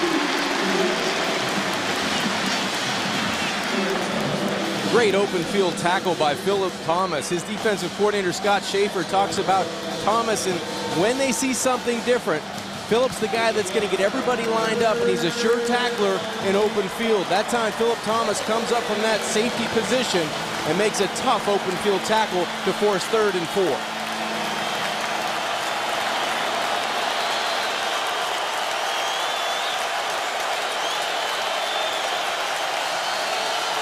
They've had success going to the short side of the field in these situations.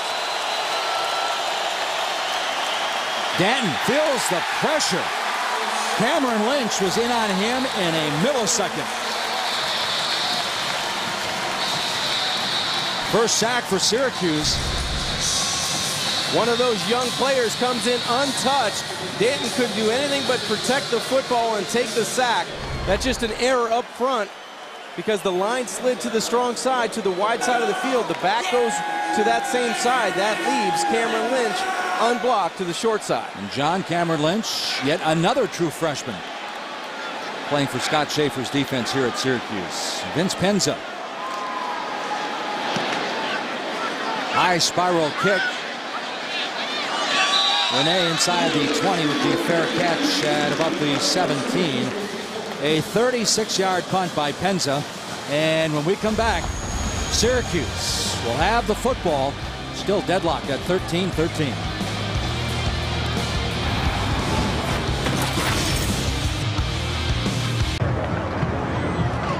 Wow!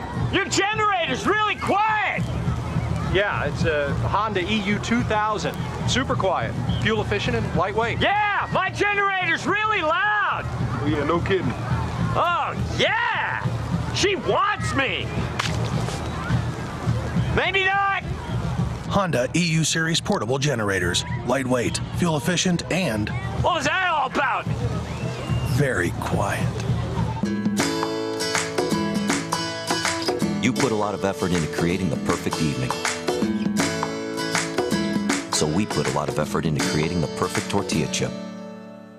Introducing new Tostitos artisan recipes. Made with real ingredients cooked right in for flavor you can see and taste in every bite. Because when we put in the very best, what you end up with only gets better. Experience new Tostitos artisan recipes. I'm in love with Zero. No, I'm in love with Zero. Not so fast. I'm the one who's in love with zeros. Look, it's okay. There's plenty of zeros for everyone. Now get 0% financing on every new model, excluding Grand Cherokee. But not a total loss, because we're only going to charge 1.9. Plus, get this. You're still entitled to bonus cash on every single model. So take advantage of the biggest savings of the year, where the power of 2 does more for you. We're turning zeros into heroes at both Salem and Columbiana Chrysler Jeep Dodge. So please remember, tell a friend. Rockets in the orange, deadlocked at 13-13 with 10:20 to go in the third.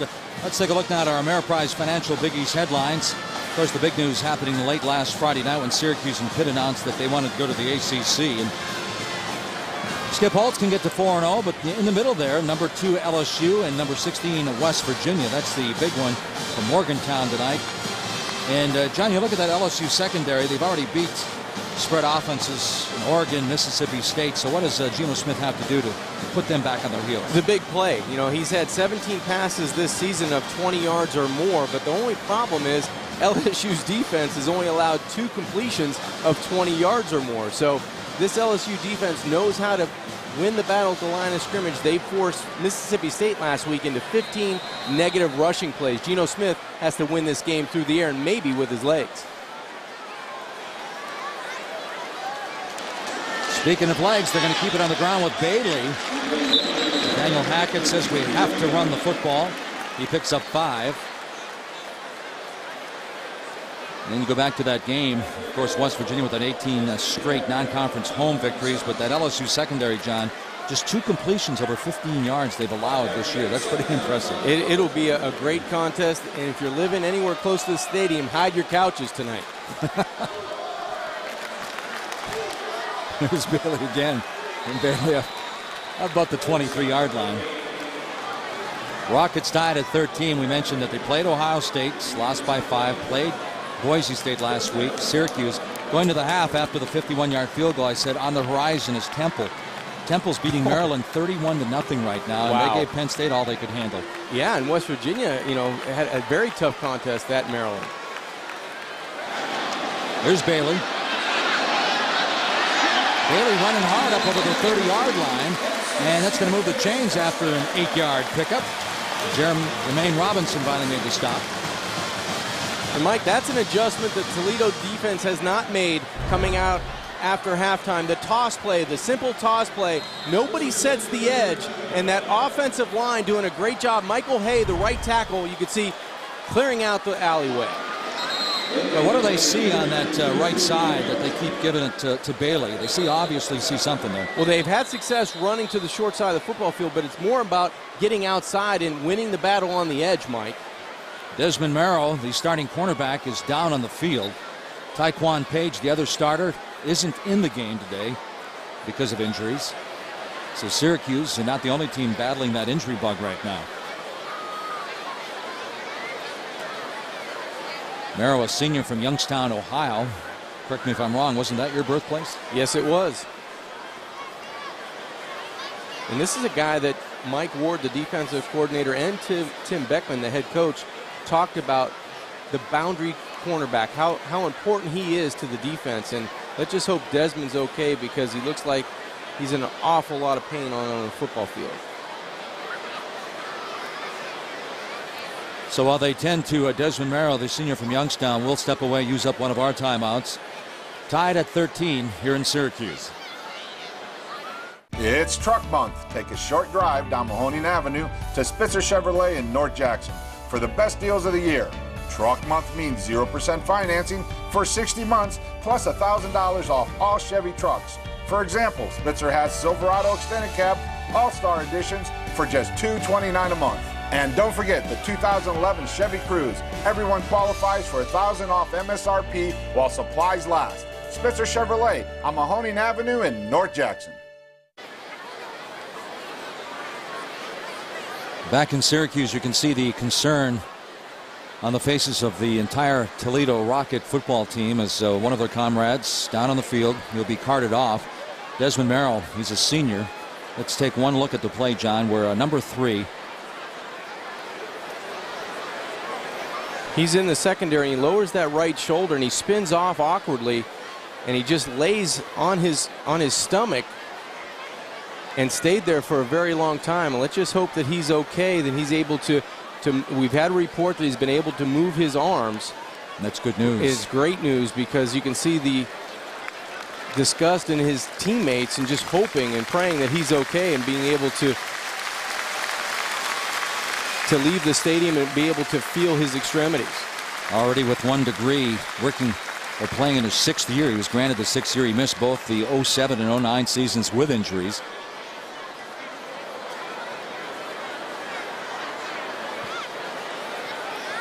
Not only the players saw the look on the faces here of the fans inside the Carrier Dome, a concerned look, but again, as John said, we were reported that he was moving his arm. Anytime this happens, you know, in any sport, you obviously hope and pray, and you see that both teams are huddled and on the sidelines taking a knee, that he's okay. And Desmond Merrill looked like he just dropped his shoulder to make a normal tackle, a normal football move, and he spun awkwardly off of that tackle. He's going to be at the lower left of your screen. Number 3 goes in with the right shoulder on the ball carrier to try to wrap up. His knees on the ground, and then he spins out of that awkwardly, lands on his stomach, and then that was it. That was the end of the play, and you thought that it was a very harmless tackle. Evidently, it was not. Desmond Merrill getting a standing ovation here now.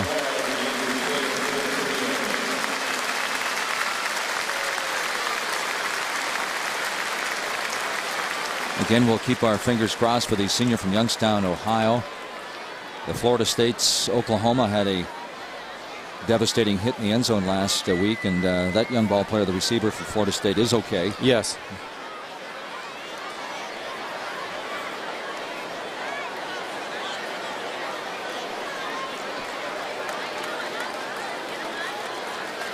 You see that right arm. There he goes. He's moving that right arm with the thumbs up. That's a great sign. As Desmond Merrill gets a standing ovation here from the Syracuse faithful.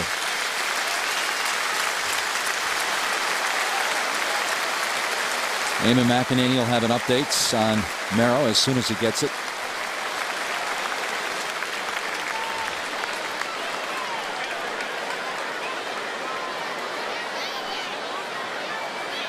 So we certainly wish him the best. Both teams here early in the 2011 season battling that injury bug.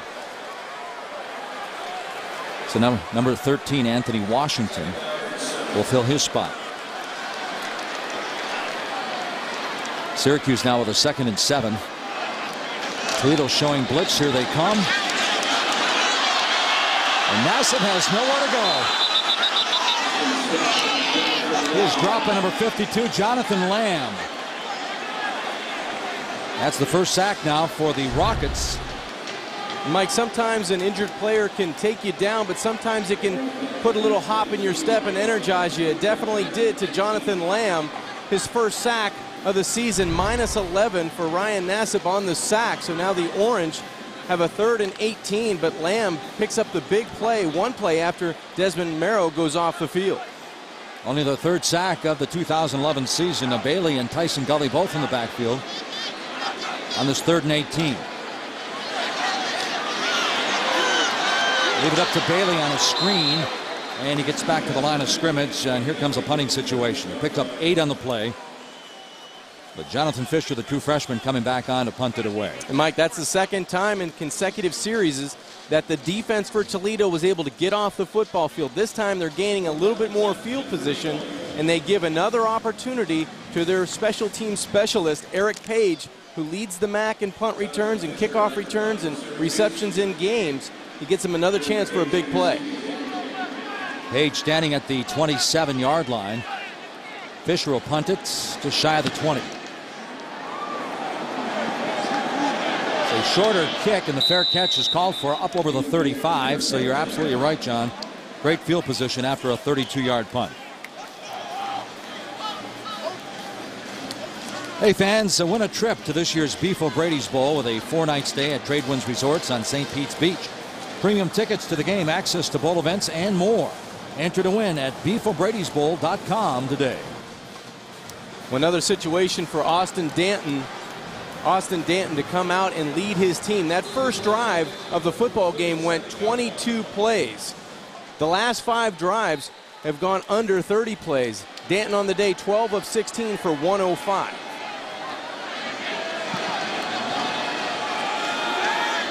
Came in hitting 58%, 66% the last 2 years for Danton. Here he swings it out, and that's Page up over the 40 and dropped at the 44. Brandon Sharp making the initial contact for Syracuse. Mike, you can tell right away the point of emphasis coming out for Toledo after halftime was to get the ball to Eric Page. That's multiple times in the second half he's touched the football. Big gainer on first down, so 2nd and short, 2nd and 2 for Austin Danton.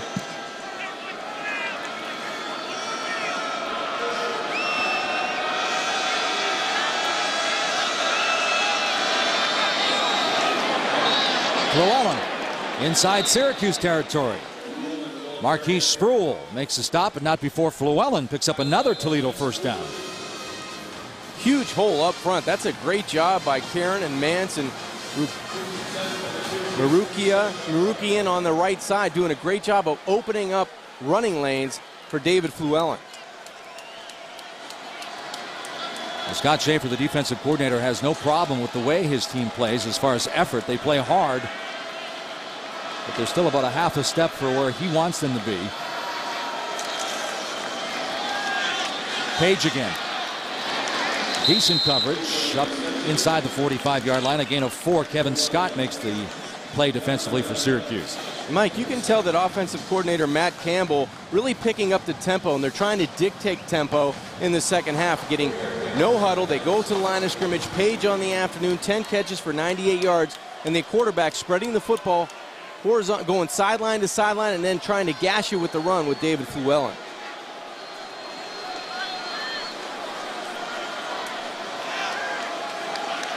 Second and 6. They stay on the ground with Llewellyn. He weaves his way all the way down inside the 30-yard line. Nice run by Llewellyn. He picks up 14. Let's take a look at Eric Page now, who's the real deal, brought to you by Wendy's.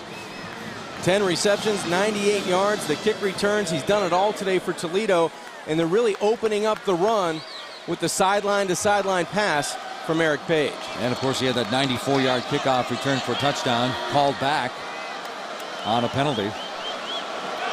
Llewellyn now 10 carries, 48, but Danton wants to throw. All alone. That's Llewellyn, and that is a touchdown.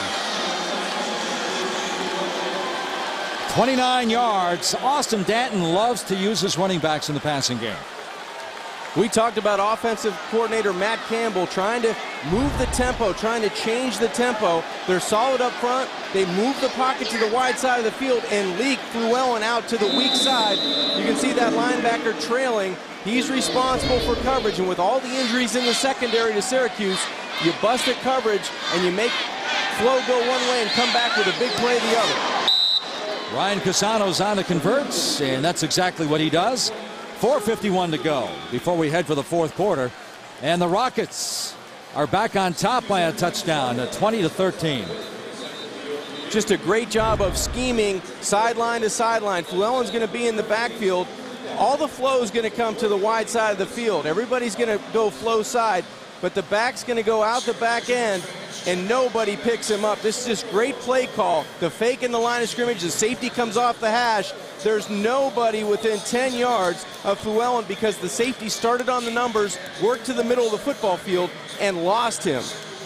Wilkes was the safety to the short side of the field, and that's just a good job of hanging tough in the pocket, selling the front side of the play, knowing you have your running back sneaking out to the short side. And that's exactly what Scott Schaefer, the defensive coordinator for Syracuse, was nervous about. He said, our guys can run, they can hit, but do they know their assignments? They're a very young football team on the defensive side, and as well as a banged-up team. And like you said, nobody was around that receiver. Well, you said, Mike, his biggest fear was, how do we react when we see something new? Normally, Philip Thomas is the guy to get him lined up. That time, with all the injuries in the secondary, no one was in the right spot. Jeremiah Cabina, the true freshman, he's got some running room, and he ran into the kicker. He hit the 40, and I think he was surprised that Jeremiah Detmer was there to make the stop. A 36-yard return, and he had a lot of green if he got by that kicker. Well, that's what Syracuse needs to get back in this football game and take the momentum back from this football game. A spark plug on the kick return game. Gobina takes it up the sidelines, but you're right. Detmer came out of nowhere, and that's going to, you hope if that play goes fast in the special teams film, because he may get teased about that one. Good field position for Syracuse now. This is Bailey. Oh, he went down. At number 23, TJ Fatinikin. He slapped him and threw him down. Let's check in with Eamon. Well, Mike, an update on Desmond Merrow. Nothing definitive. They're going to wait for more from the hospital. But right now, down on the sidelines, we're being told that the immobilization of the neck was a precautionary measure. As soon as we hear anything more from the hospital, I'll let you know. All right, thanks, Eamon. It's also it's good to hear that word precautionary sometimes, too, in these situations.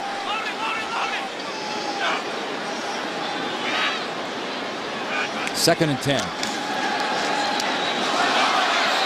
Nick Provo was the intended receiver. And number 5, Deontay Morrow, along with Robinson. Robinson smelled that one out. The safety came up and just batted it away. Well, Ryan Nassib doesn't get fooled many times. That time it seemed like his tight end and quarterback were on a different page. Jermaine Robinson, who flies around to the football, the junior out of Pittsburgh, was baiting like he was going to come, did not blitz, and was all over Nick Provo. So now a 3rd and long situation. You want to get it outside to Alec Lemon. He's the possession type receiver.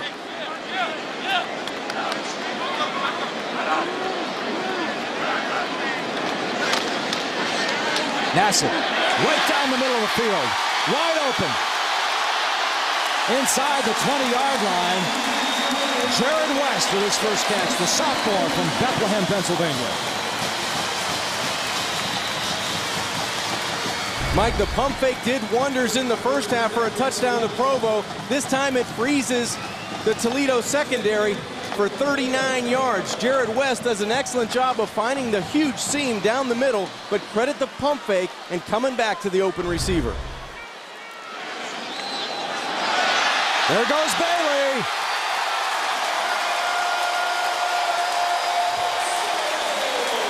Antoine Bailey with his 3rd rushing touchdown. This one covers 20 yards. You love to follow up a big play with another big play, and that's exactly what the Orange did. Great play calling by Nathaniel Hackett and great execution by the quarterback Ryan Nassib to put him in that position, and then the guy that needed more touches today, Antoine Bailey, goes in for the score.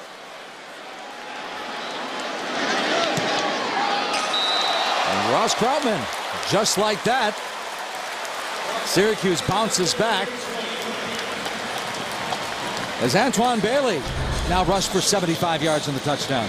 Just a terrific job, a huge hole and great blocking downfield. Mackie McPherson gets the key block at the 2nd level that springs Antoine Bailey. He has enough speed. If he gets a little bit of daylight, he's going to find pay dirt. That time it ended up in 6 points. So now with 3:31 to go in the 3rd quarter, we're deadlocked again at 20 apiece.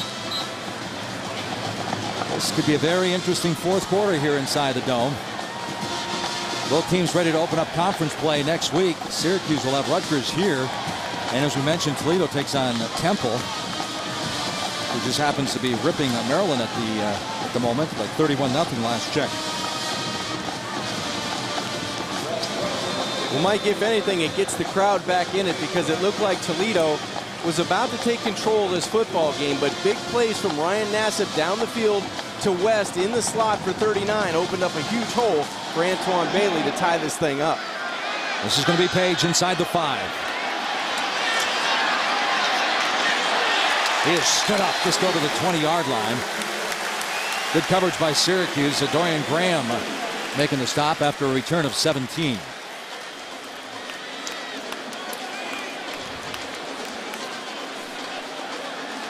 Third quarter in Pittsburgh right now. The Panthers on top of the Fighting Irish 12-7. But Brian Kelly should open the season 2-0. Instead they opened 0-2. Yeah, it looks like both teams decided to play defense today because I thought that would be a high-scoring affair.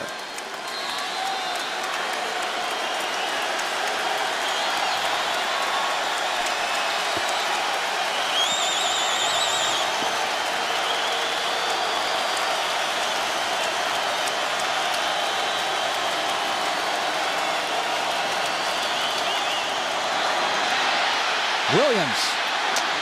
Number 1, Philip Thomas is there to lay him down.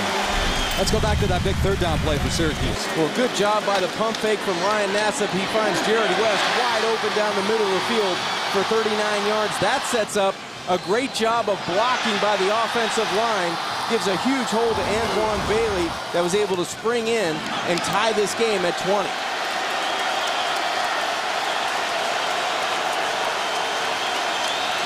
Loss of a yard on that last run. So now Austin Danton facing a 2nd and 11.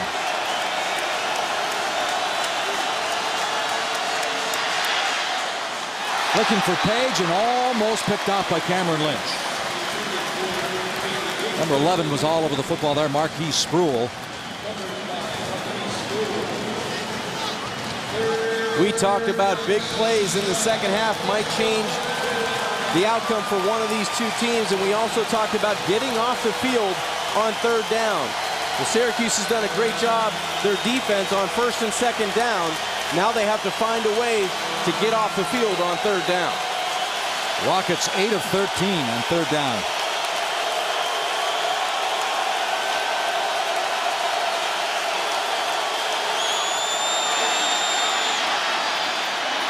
Morgan Williams is tripped up.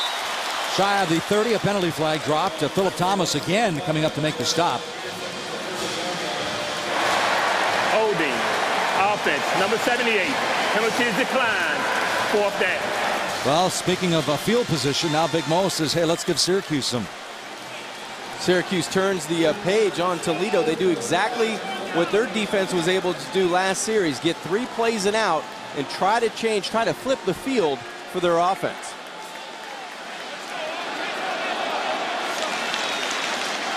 Vince Penzo will get this ball off. Just shy of the 20-yard line. Prince Tyson Gully back at about the 32.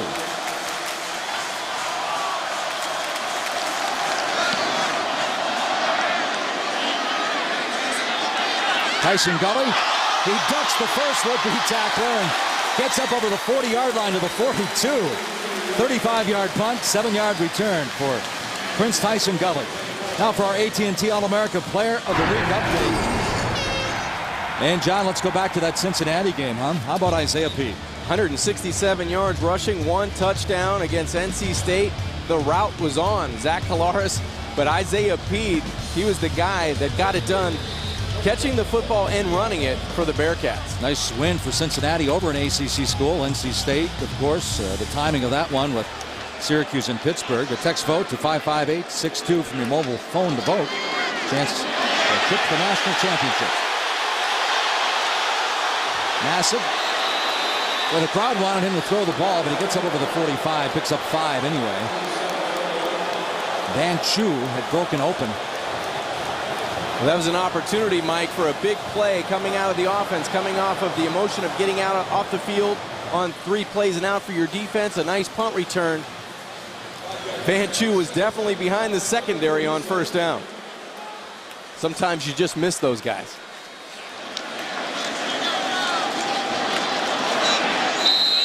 Bailey up near the midfield stripe.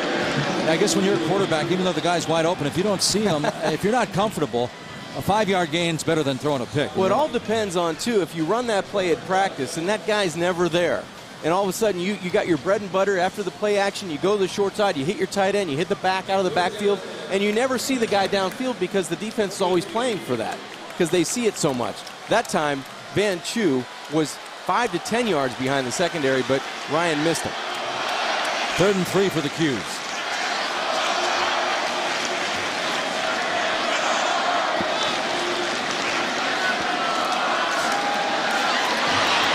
Nassib. His big tight end, Nick Provo, came back, did a nice job of coming back to try to come up with the football, but Johnny Roberts was putting on the pressure on number 12, Ryan Nassib. Johnny Roberts is one of those big-time players up front for defensive coordinator Mike Ward. He put pressure on the pocket. I thought Syracuse may go to that toss play again that has been so successful on 3rd down, moving the chains, but good pressure and good presence in the pocket by defensive tackle Johnny Roberts. So Jonathan Fisher back on the punt, and again we have a chance to see number 12, Eric Page, the first-team All-American from Toledo.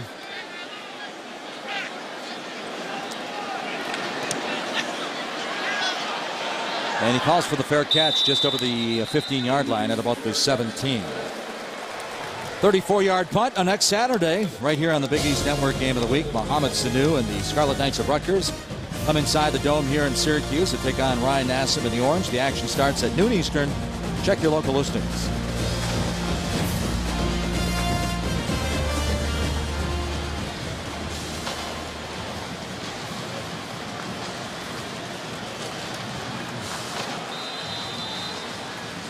Tied at 20. Here comes Austin Danton again. You surprised they went back to Danton this long? No, not really, because it seemed like he had a pretty good feel for what he was doing in the first half, and I think he gives this team today a better chance to win. Here he is now. He's going down. That was Brandon Sharp, number 91.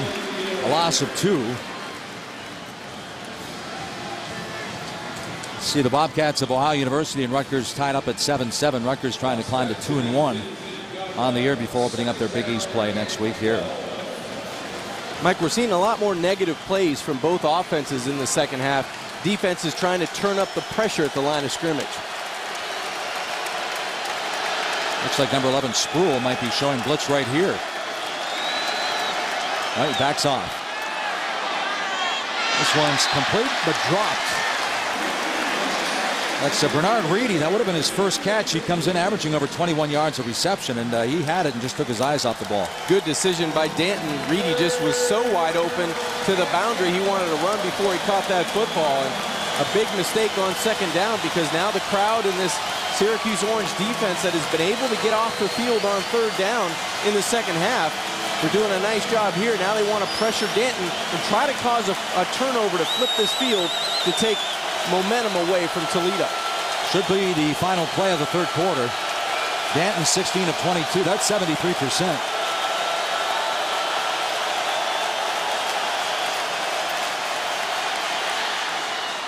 Spruill almost had the pick. Intended receiver was Page. And I stand corrected. There's still 5 seconds to go, and it's 4th down, so they'll be punting it away. Spruill out of that middle linebacker position. He was threatening to blitz, but the more natural position is him at middle linebacker. Last year he played the outside role at the linebacker position. This time he makes an excellent break on the football. Good timing out of that middle linebacker. Mentioned Danton 73%. Did he not see Spruill, do you think? Because that was a tight one. He might have thought Mike he could have beat him with the throw.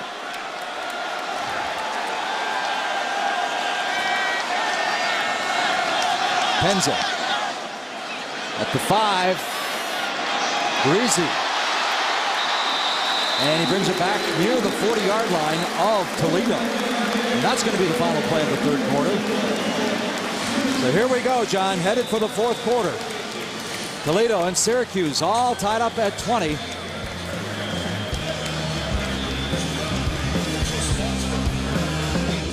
Student Athlete of the Week, brought to you by Bellaria Pizza and Italian Restaurants.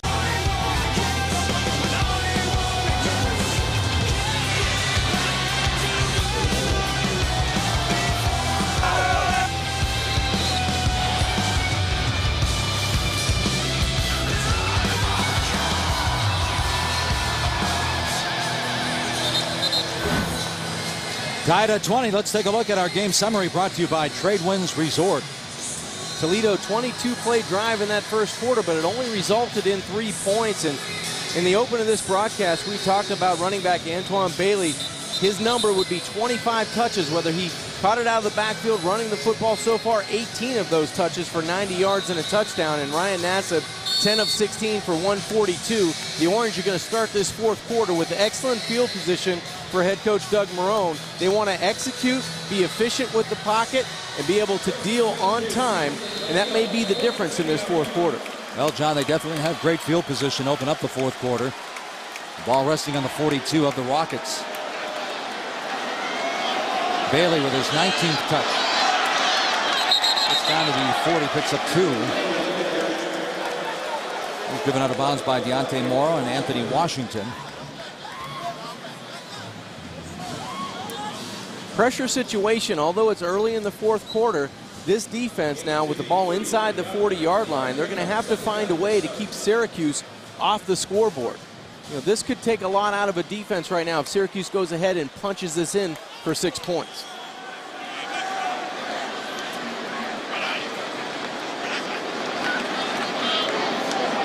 Nassib gets rid of it very quickly. Provo, the tight end. High steps a would-be tackler and just drags people down inside the 15-yard line. And John Congemi, on a day that Syracuse honored John Mackey, who did that remind you of going down the field? The stiff arm going down the field. All I needed was the jersey to be torn. Yeah. Going down for 26 yards. Nick Provo, a big part of this offense as Syracuse goes up tempo. Bailey, like a pinball. I think he bounced off of his own man. It's down inside the 10-yard line. This is a great job by Ryan Nassib just to get the pass off. Now watch the stiff arm on Morrow. He carries him a good 20, 25 yards down the field. Nick Provo was big on that play, but let's take a look at Beckett Wales inside the 10-yard line, the other tight end.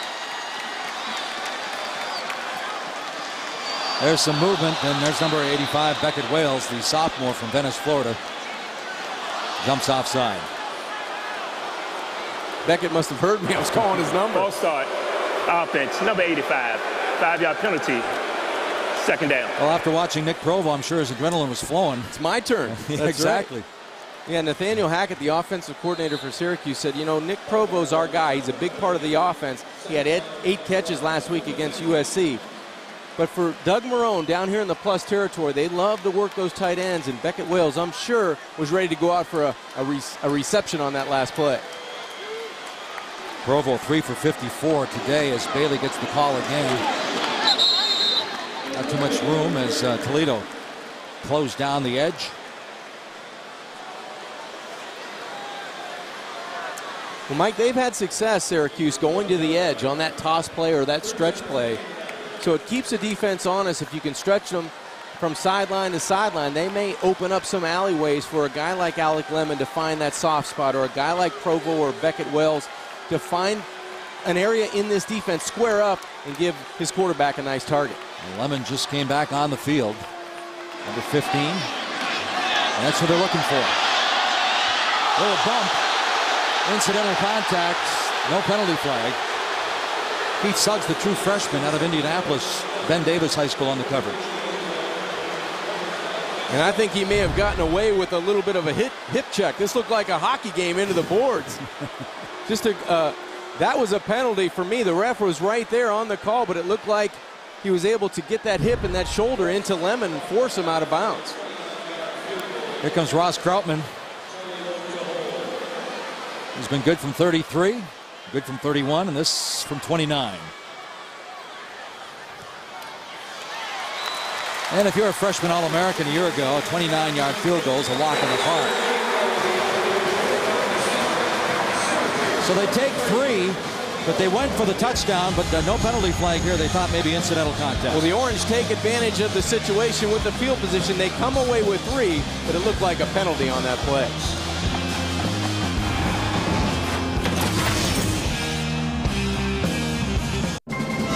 They are the Valley's team.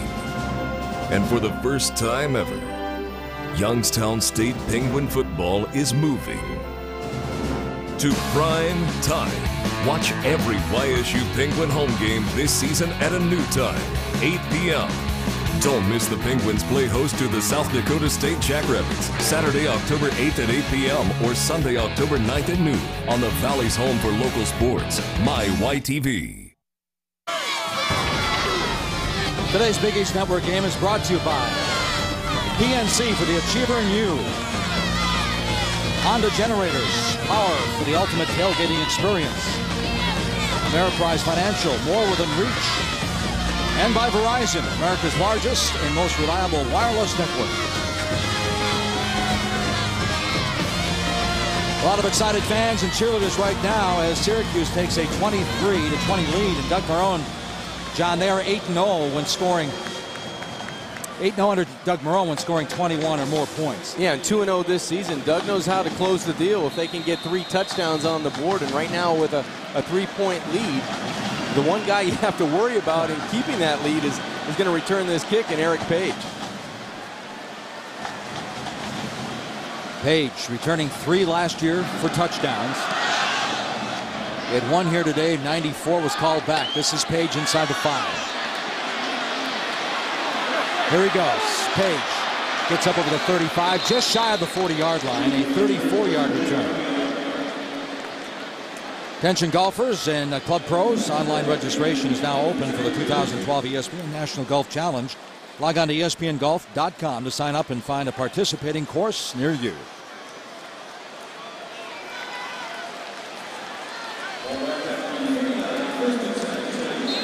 Austin Danton, who got most of the reps against Ohio State. Terrence Owens had most of the reps against Boise State. And now Danton back on the field, getting most here against Syracuse. Down by 3. Open man, it's Page. Here he goes. All the way inside the 20-yard line. And Vaughn finally runs him down from his linebacker spot. But he picks up 42, John. That's, again, the play-action pass that really sucks the linebackers, the defensive line, into the backfield. That allows a huge throwing lane for Austin Danton to find the playmaker, Eric Page. If there's one guy on the field you have to find, it's number 12. Danton, nice ride on the fake, and he's inside the 10. So now Toledo comes right back, and they're threatening to take the lead. The Page, incidentally, 11 for 140 in the game. That last run by Danton picks up 12. That'll make you feel better if you have flu-like symptoms. I can tell you that right now. The quarterback doing a gutty performance today, throwing the football and running this offense with efficiency. Now he has his offense in Toledo inside the red zone and inside the 10-yard line.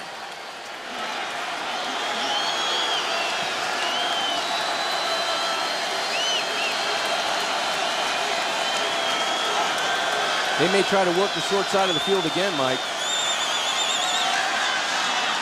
Morgan Williams inside the 5. You know, John, you mentioned the flu with Austin Danton. How many times as an athlete, regardless of sport, basketball, football, baseball, they're sick during the day, they finally get up, they get the uniform on, once the adrenaline starts flowing, they wind up having a record-setting game. It sure helps. And, I can remember, just guys that, came up feeling bad, but, coming right now, they go into the Wildcat again. That takes him out of the equation for now. They scored on this back in the first half. Morgan Williams, direct snap, and they scored again. So Morgan Williams scoring twice out of the Wildcat. Adonis Thomas took the direct snap against Ohio State and scored. So Rockets getting a lot of success out of this play. Well, big plays in the second half, turning the tide. Good job by the offensive line of providing a huge running lane to the right side for Morgan Williams, the senior out of Canton, Ohio. He goes in for the score, and they retake the lead. Pisano on for the 27th points. He's got it. Penalty flag dropped. They wait the call from Tracy Jones. Offside. Defense. Number 1. Penalty is declined. Extra point is good. So Casano tacks on the 27th point. And it's 27-23, 10:54 to go. Well, credit Austin Danton for leading a huge drive in this fourth quarter with 10:54 left to go against Doug Marrone and that defense. 4 plays, 61 yards, and it only took 1 minute, 43 seconds off of the clock. Austin Danton led it, but Morgan Williams, the senior out of Canton, he put the exclamation point on this drive.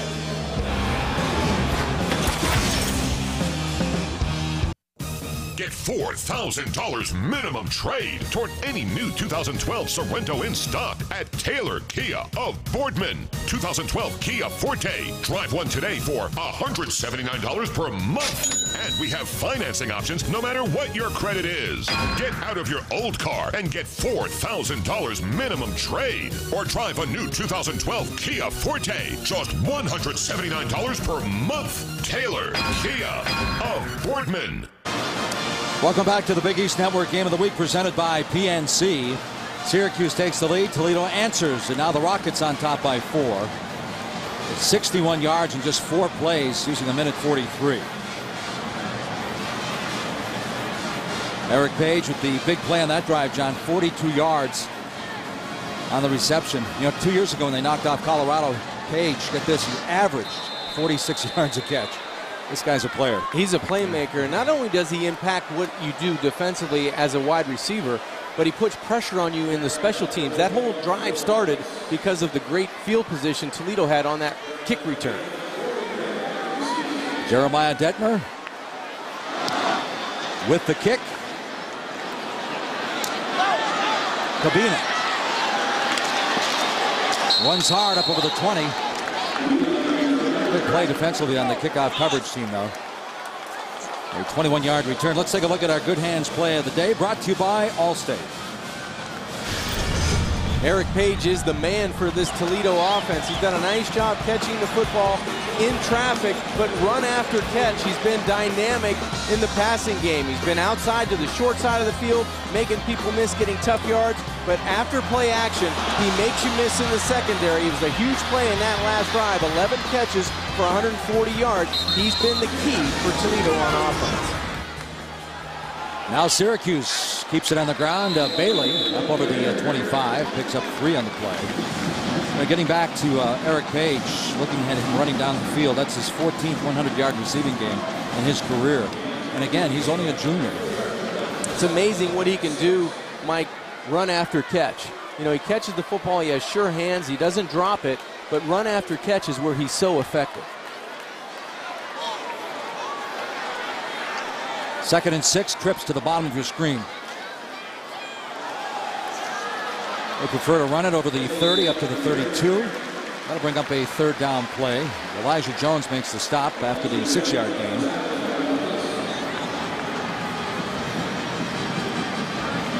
So I guess quarterbacks love this, don't they? You're down 4, 4th quarter. This is why you play. Minutes. Yeah, this is why you play the game, Mike. And to be in situations like this where you can make a difference for your team winning or losing, and you hope it's the winning side. And Syracuse right now 5 of 11 on 3rd down conversion. Bailey dots the I. He gets the call. Oh, he's going to be shy. It's going to bring up a 4th down.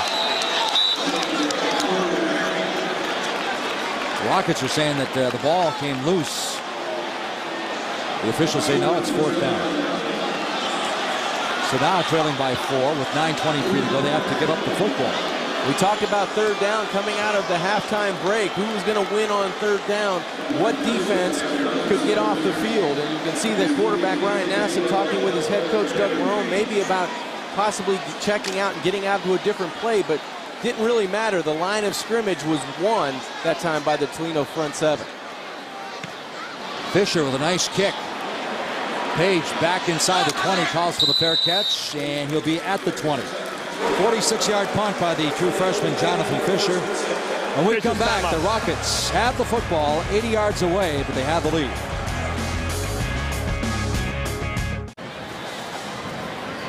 '50th anniversary of Ernie Davis becoming the first African-American to win the Heisman Trophy. And Davis's statue stands outside the Carrier Dome. Back inside, we have a 27-23 ball game with 8:54 to go, and the Rockets have the football.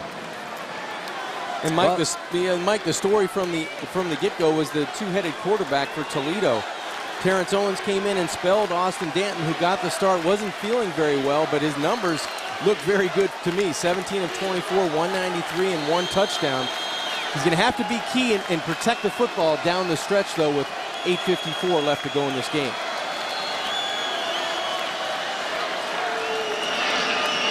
Comes out firing. No surprise, number 12, Page. Him sidestepping people all the way up to the 30-yard line. 10-yard gain. That'll be a first down for Toledo. Philip Thomas finally makes the stop. Update from Pittsburgh. Notre Dame is in the lead now by 3, 15-12 in the fourth.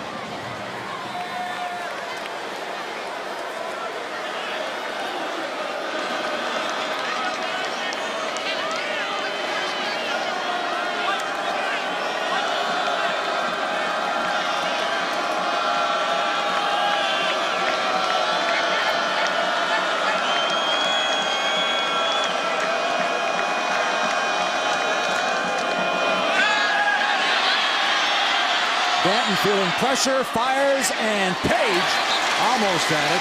Good defensive play. That time by Jeremy Wilkes.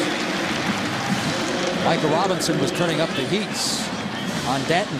Robinson, good pressure on Danton, and really caused Danton to miss a wide open receiver. Sometimes when you're on the run, you miss those guys coming from the far side of the field to the short side of the field. James Green, the sophomore out of Miami, was wide open, no one around him. He tries to force it to Page down the field.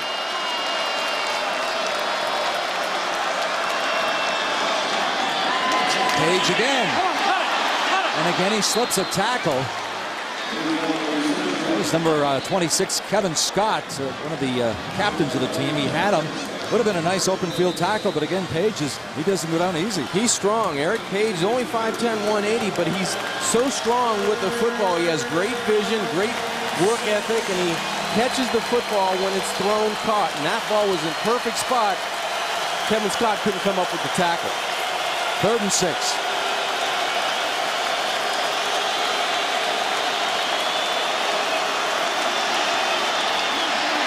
There goes Danton. I think he might have got it too if number 95 Torrey Ball didn't trip him up. Picks up 3.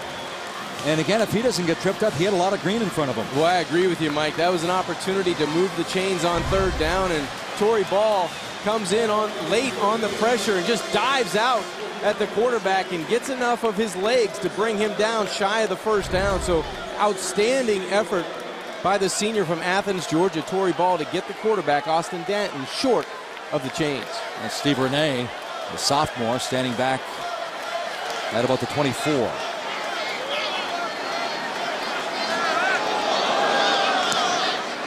Penza, it's a low line drive, and Renee. Good coverage.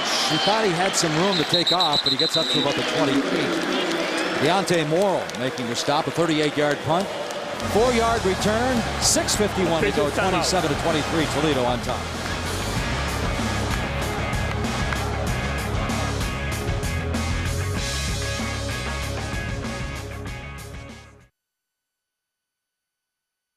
Student Athlete of the Week, brought to you by Donnell Salem Ford Lincoln.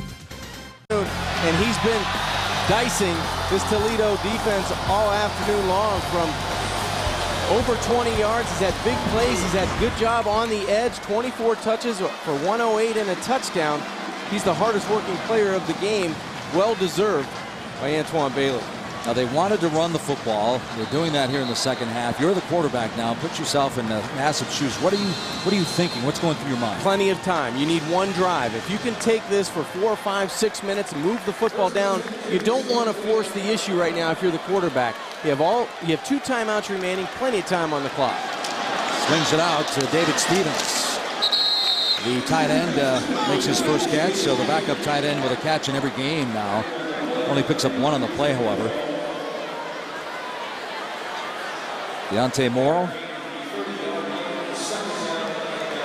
making the stop from his safety position, so it's 2nd and 9 for Nassib and company. Well, if you're Toledo, and on defense especially, you're thinking tackle the football. This is a team that caused 34 turnovers last season, and they've turned the football over on opposing offenses early in this season.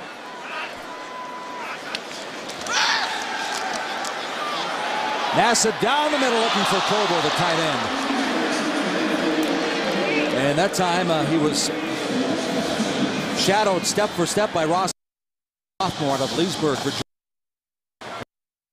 And a good job by Nick Provo trying to provide an alley for his quarterback, Ryan Nassib, to throw that football in. It was a tight spiral down the middle of the field, just as it should be thrown, but just missed his tight end by about a yard. Big third down, 3 of 7 for 59. Picking up 2 first downs through the 10 on the clock.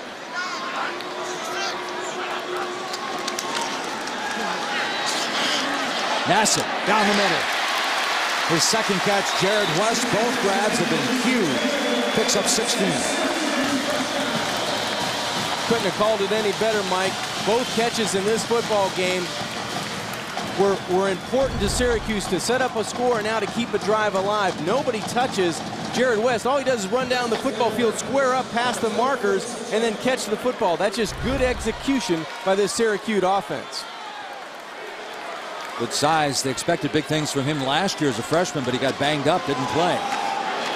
Prince Tyson Gully is off to the races. Near the 35-yard line. Deontay Morrow finally makes the stop, but the Prince goes 18. Prince Tyson Gully's been a nice change of pace back to Antoine Bailey. Bailey with 24 touches on the afternoon. Gully's done a nice job of filling in for the starter. The sophomore out of Akron has done a nice job of tackles with authority. Now Tyson Gully dotting the I behind Adam Harris, the big fullback. There he is again.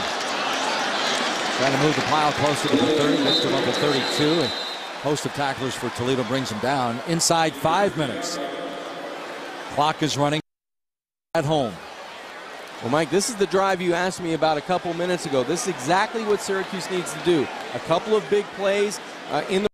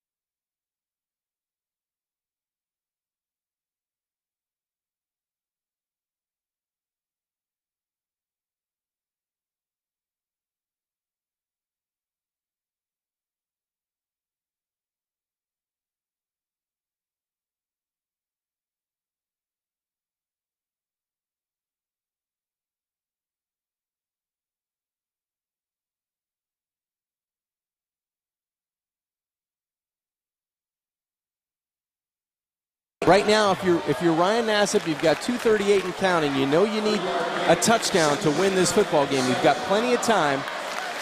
But right now, second and medium, it's a good chance to find Nick Provo down the middle of the football field. Split him out, get that big body going down the middle of the field, and fit the football into him.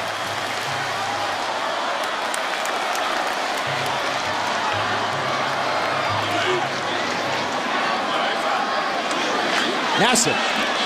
Let it go, Lemon. Touchdown, Syracuse. 19 yards, and the heat was turned up, and Nassib just kind of laid it out there. Terrific job of poise in the pocket. It was an all-out blitz, nobody playing center field, so he went to his playmaker down the field. Alec Lemon, he beats the man-to-man coverage cleanly. He ran right by Ross Madison, and all Ryan Nassib had to do was put air under the football and let his wide receiver run underneath it. Ross Troutman with the kick. For Nassib, 16 of 24 for 214 and a couple of touchdowns, but that one was huge, John. A great drive by a senior quarterback that does a good job of going down the field and making plays. He recognized man coverage right away. He knew he would have a free blitzer coming from the short side. That's his man. If he can get the football off before the pressure gets to him, he knows he's got a chance for 6 points. So Lemon pulls in his third touchdown of the season. And Syracuse, with 2:07 now, will have to lean on their defense. Up by a field goal. And remember, Toledo tied the first half at 13 with a 51-yard field goal. Let's go down and check in with Eamon. Eamon? Well, Mike, I think it should be interesting to see Syracuse's strategy on the kickoff, because remember yesterday, special teams coach John Anselmo told us, look, if I have to kick off 6 times, that's fine with me. But with Page back there in Toledo only down 3, he's been instant field position lately. So I think this might be testing Coach Anselmo's idea to kick it to Page. Hey, Eamon, stay alive down there. I would kick it to you on the sidelines if I was Syracuse right now. Well, we'll see what happens. They're talking upstairs to Buddy Ward.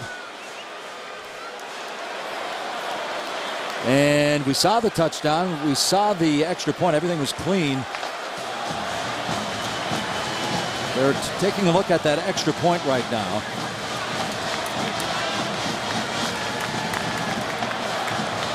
So just think now, if for some reason they took that point off the board, a field goal would win this ball game.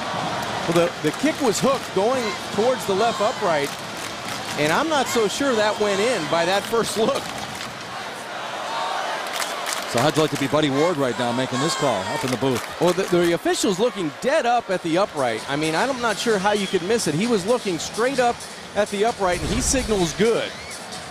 And that ball was going at a high rate of speed. I think that's what the officials are talking about, so they're going to take another look at it. This is the look you might be able to tell if it crosses inside or outside.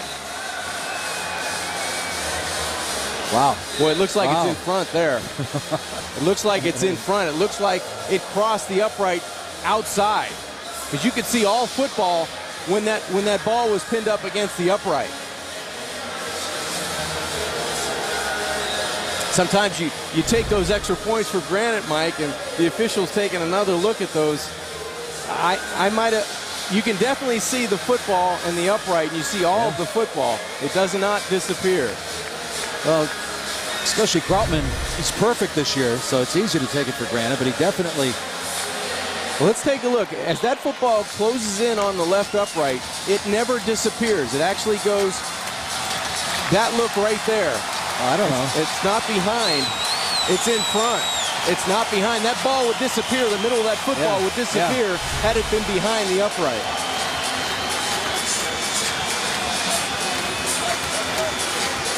That's why I'm glad we just announced we're not up in that booth, Mike. That's what you're saying. Instead of 30-27, now we have a 29-27 ball game. They're going to give an opportunity for Toledo to come down and possibly win this game with a field goal instead of just tie it up. So Ross Krautman, the sophomore, is holding his breath. He's ready to kick it off. And he's thinking, geez, I was perfect. Now if I miss this one and we lose this game. Review, the ruling on the field is confirmed. Try is good. Wow.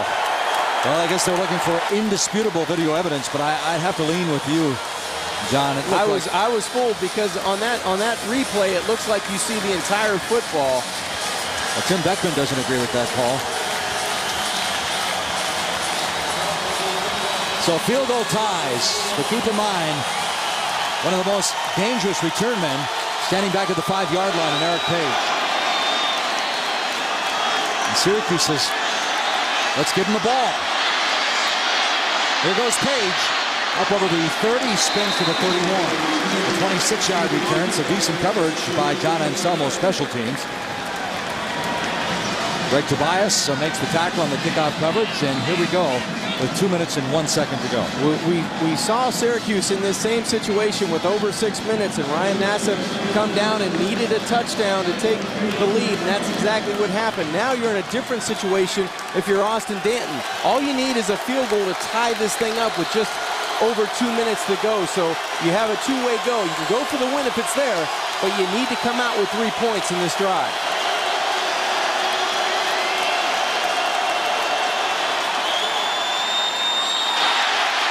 He took off with that football. That's Bernard Reedy, the sophomore out of St. Petersburg, Florida. That's twice now that he took off and took his eyes off the ball. On the near sideline, Mike, you make a good point. He had a chance to move the chains earlier in the game, drop the football. In that situation, you just want to catch and get what you can. Now it brings up a 2nd and 10 for the Rockets. Inside 2 minutes. Make sure you know where number 12, Eric Page, is at all times.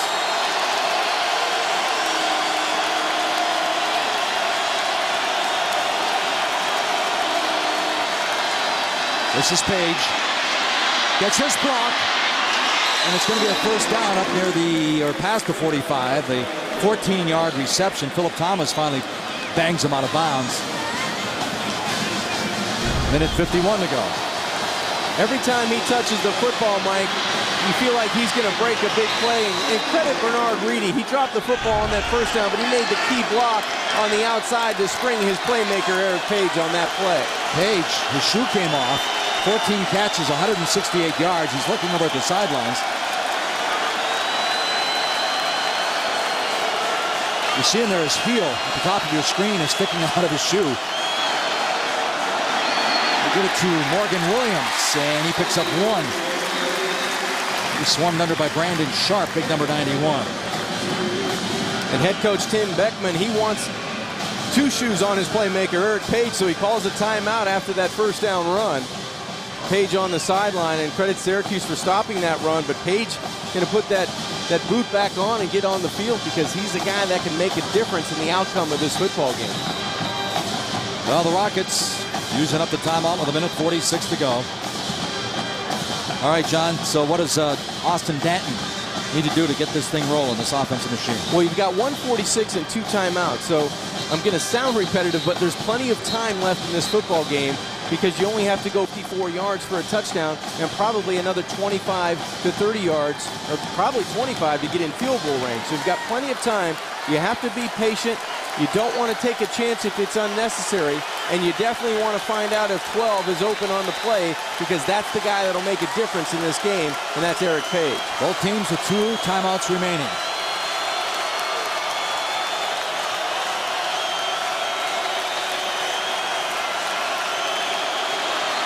They're going to run it again. Morgan Williams inside Syracuse territory.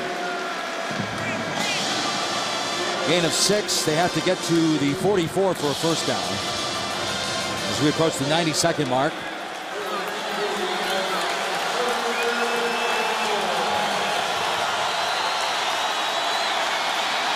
Danton over the middle. He's got the first down. And more. And more. All the way down inside the 20-yard line. A penalty flag is dropped. Cameron Lynch finally makes the stop.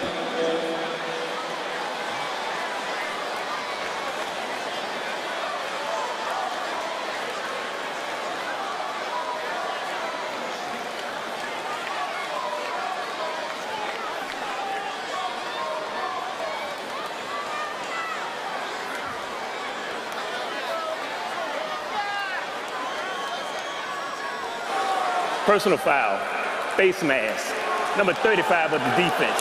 Half the distance to the goal, first down. Dyshawn Davis, a true freshman from New Jersey. Well, credit this offensive line because Austin Danton had all the time in the world. There's the face mask, but a big missed tackle by Wilkes that would have saved probably 13 to 20 yards on that play. Davis gets caught with the hand on the face mask, so now Toledo has it first and goal at the 9-yard line. Syracuse, their second charge timeout. It'll be a 30-second timeout. Syracuse with 1 timeout remaining. You know, I go back to our conference call with Matt Campbell, the offensive coordinator. He says, keep an eye on Danny Noble. He's a go-to type tight end. He said, you look at his numbers, they're not going to blow you away. He came in with, 3 catches, averaging 15 yards a catch. But 2 of the 3 were touchdowns, and that's his first catch. And it was a big one. It was a huge catch, and credit this offensive line again, Mike, because Danton had plenty of time to scan. He had a wide receiver wide open on the outside in Reedy, but he decided to go down the middle of the field to the tight end. A missed tackle and then a face mask adds to the huge gain for Toledo on 3rd down. So now they've got it first and goal at the 9-yard line, and Matt Campbell has all the options as the offensive coordinator calling plays on the table. You've got 2 timeouts remaining, first and goal at the 9. You can run it, you can get it to a playmaker. I believe they're going to run it with Morgan Williams here on 1st down.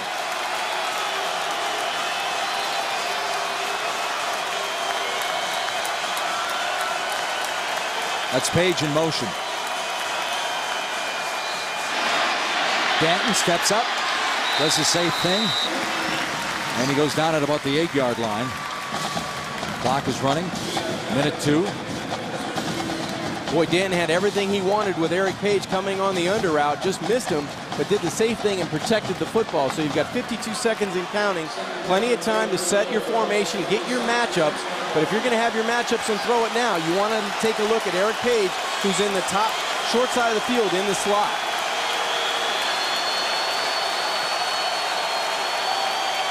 He's got man-to-man coverage to Page. That's where I would go if I were Danton.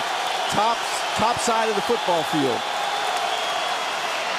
Danton. He goes down immediately as Dan Vaughn, the linebacker. Timeout, Toledo. So Toledo uses up one of their timeouts. It'll be a 30-second timeout. And Mike, I kind of disagree with the strategy there. If you're going to run it on 2nd down, you're going to have to burn a timeout. You want to throw the football, so at least if it's incomplete, you don't waste your timeout there. You still have 1 remaining, but I think that was a perfect opportunity.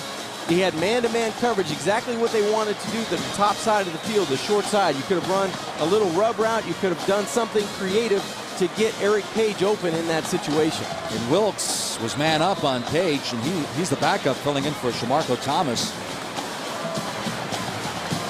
Matt Campbell, the offensive coordinator for these Toledo Rockets. And when he took off, John, I agree, it was almost like he was trying to set up the field goal, but now it's 3rd and goal with 24 seconds to go. And now you've got a guy over the top on Page, so you're going to have to be patient, get good time in the pocket, and pick out the right receiver in this 3rd down situation.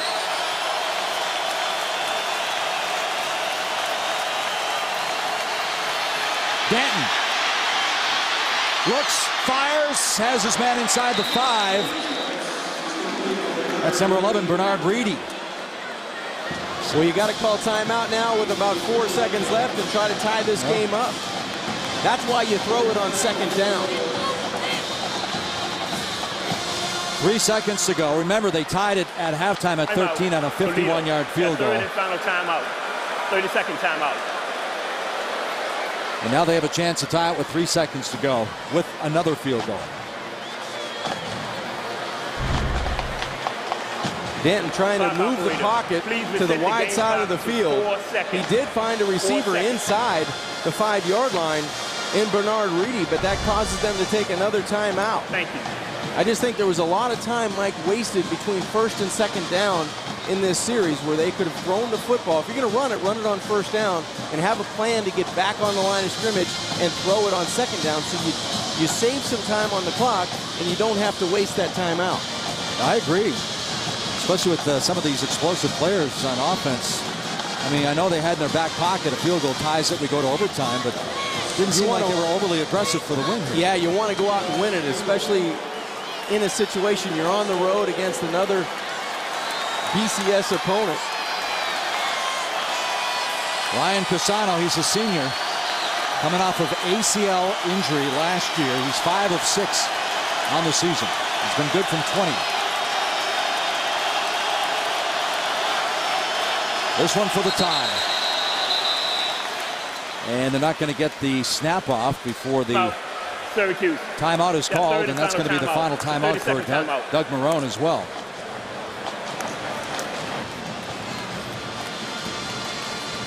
So you go back to Ross Krautman and that extra point. Boy, he's breathing a sigh of relief. At least they go to overtime if they make this. But this would be for the win if they would have taken that point off the board. Yeah, and it seems to me, you know, the officials obviously have the best look at it, and they got to review it, and they decided it was good. But now you're in a situation, if you're head coach Tim Beckman, that the kicking game, the special teams come into play whether you get an opportunity to go to overtime.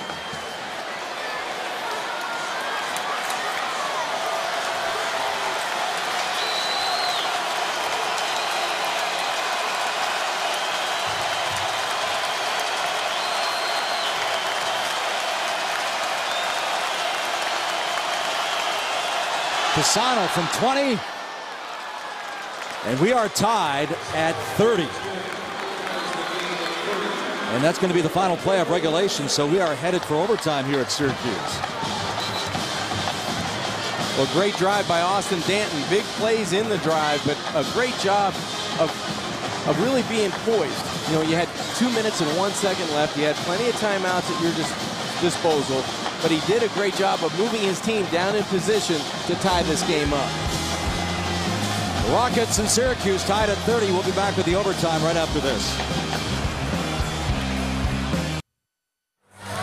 Welcome back inside the Carrier Dome in Syracuse. Mike Gleason along with John Congemi. We're tied at 30, headed for overtime. And let's go back and take a look at Danny Noble, his one and only catch of the game. A big first down play, plus the face mask. And Mike, we didn't mention Danny Noble's name really throughout the telecast, and he's one of those guys that Matt Campbell, the offensive coordinator, talked about. He breaks the initial tackle, draws the personal foul, face mask, and enables his team to get in scoring position. And they did a great job of orchestrating themselves down the football field, that being the biggest play of the drive, to get Danton in position, to get inside the 10-yard line, and then Casano kicks the tying field goal, and we're knotted at 30. They'll have the coin toss. So you'll take the football first in the overtime.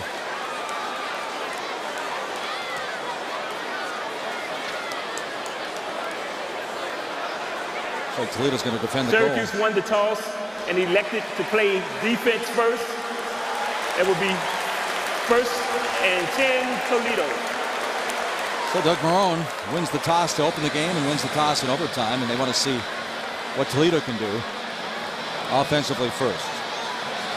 So you look at the rules for the extra period, the coin toss, of course, which we just saw, and each team gets a possession from the opponent's 25-yard line per overtime until the winner's decided. No game clock or play clock only. Or it's play clock only, I should say. And keep in mind, you have to go for a two-point conversion starting with the third O2. So the Rockets come in averaging 32 points a game. They've got 30 on the board, and they'll have the football first here in overtime. Well, for head coach Tim Beckman, it's really continue what you started in that last drive. And that's Austin Danton. He was able to spread the football around. He looked at Eric Page. He looked at Bernard Reedy. He was able to find Danny Noble for the big target down the middle, and they were able to get in and tie this football game up. So more of the same, I would think, from Toledo on offense. And defensively for Syracuse, you've got so many injuries in that back end.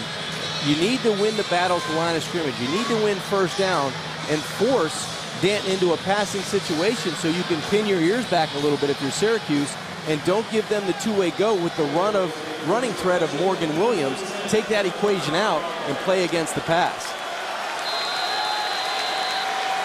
So here we go, first play of overtime. The Rockets with the football.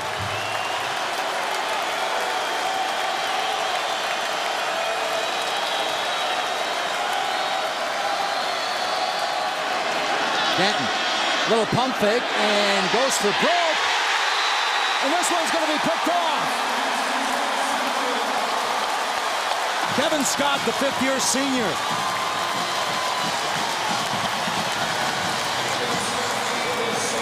And John, what a big pick for Scott there.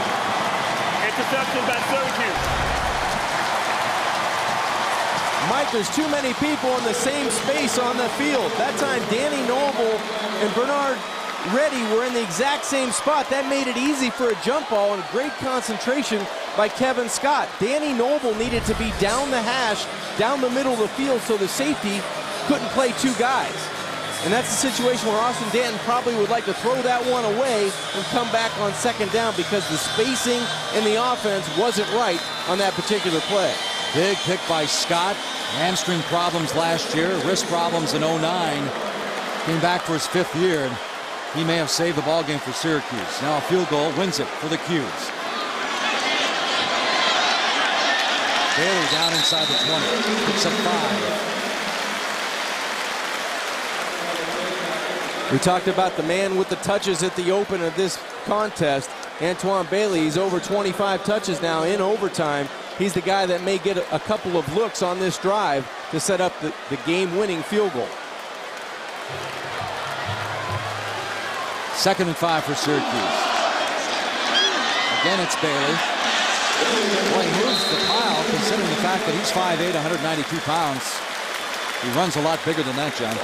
He's strong in between the tackles, and I think that Price Tyson Gully was able to spell him enough to keep him fresh in this contest, and it's paying off in overtime. As you said, Mike, he carried a couple of tacklers, that time on second down, now 3rd in inches for the Orange. Double tight end Provo and Beckett Wales in for Doug Marone. Doug asking his special teams coach where do they want the football, and in fact they don't get this on the 3rd down attempt. 3 straight runs. Bailey picks up the 1st down.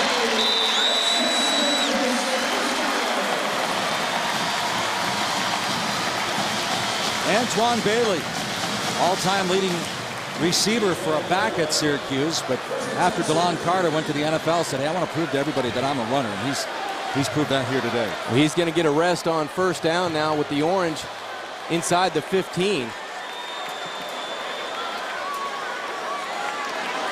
Tyson Gully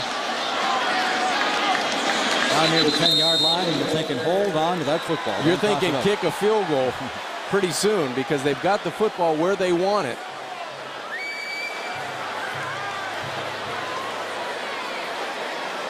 I'm not so sure if they take this to 3rd down or not, but a situation where the Orange have the football in between the hashes.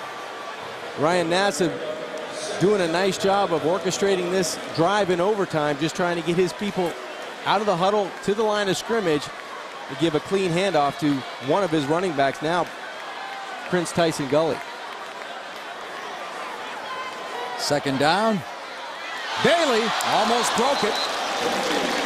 He's down near the 7-yard line for Syracuse. Anthony Washington saved the touchdown there, but like you said, a field goal will win this in overtime. Facing a 3rd and 6, 2nd, 3rd down situations in overtime now for Syracuse. And you may want to take a situation where you take the quarterback and you just run him almost and lose a yard or two, but get him to the middle of the field wherever they want the football for Krautman to come in and try to win the game. 3rd and 6, we're in overtime, tied at 30. Just fall down. That's exactly what they did, Mike. They gave it to the tailback to get it to the middle of the football field, and now they're going to try to win the football game on 4th down. So Ross Krautman, who was 18 of 19 as a true freshman, he's been good from 33, good from 31, good from 29.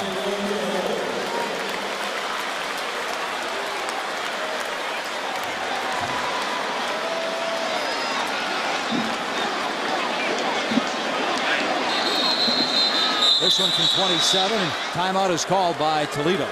Timeout Toledo. It's our first and only timeout of the extra period. It's a 30-second timeout. So Krautman says that's okay. All right, John, let's take a look down at our Liberty Mutual play of the game. Kevin Scott.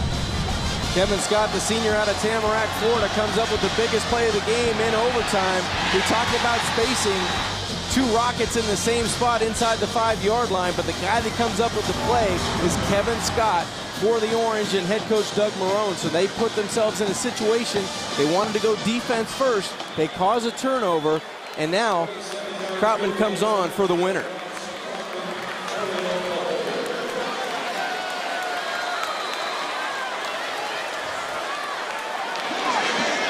Krautman.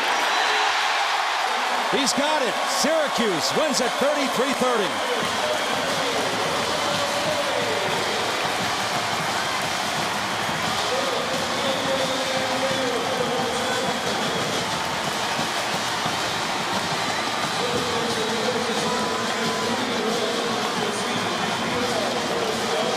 Well, they open up with Rutgers.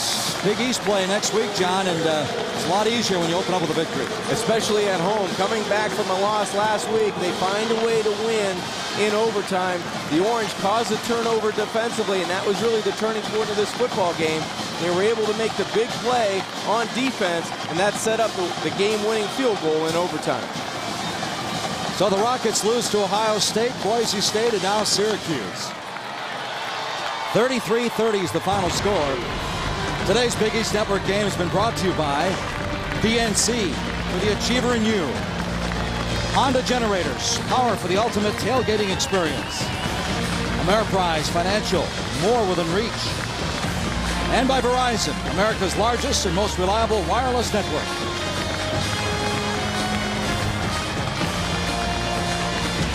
All right, John, your thoughts with this Syracuse team as they head into Big East play? Well, I think they have a quarterback in Ryan Nassif that's going to keep them in every game. His percentage, again, very good. He makes good decisions. They run the football with the 1-2 punch of Antoine Bailey and Prince Tyson Gully. The only problem is, Mike, they're going to have to get healthy on defense if they're going to survive in the Big East because it's very physical week in and week out. They had to run the ball, and Antoine Bailey picks up over 115 yards on the ground. Once again, the final score, 33-30, Syracuse in overtime. Next Saturday on the Big East Network Game of the Week, Rutgers takes on Syracuse. The action begins at noon Eastern. Check your local listings. The preceding has been an exclusive presentation of ESPN Regional Television, the worldwide leader in collegiate sports. For John Congemi,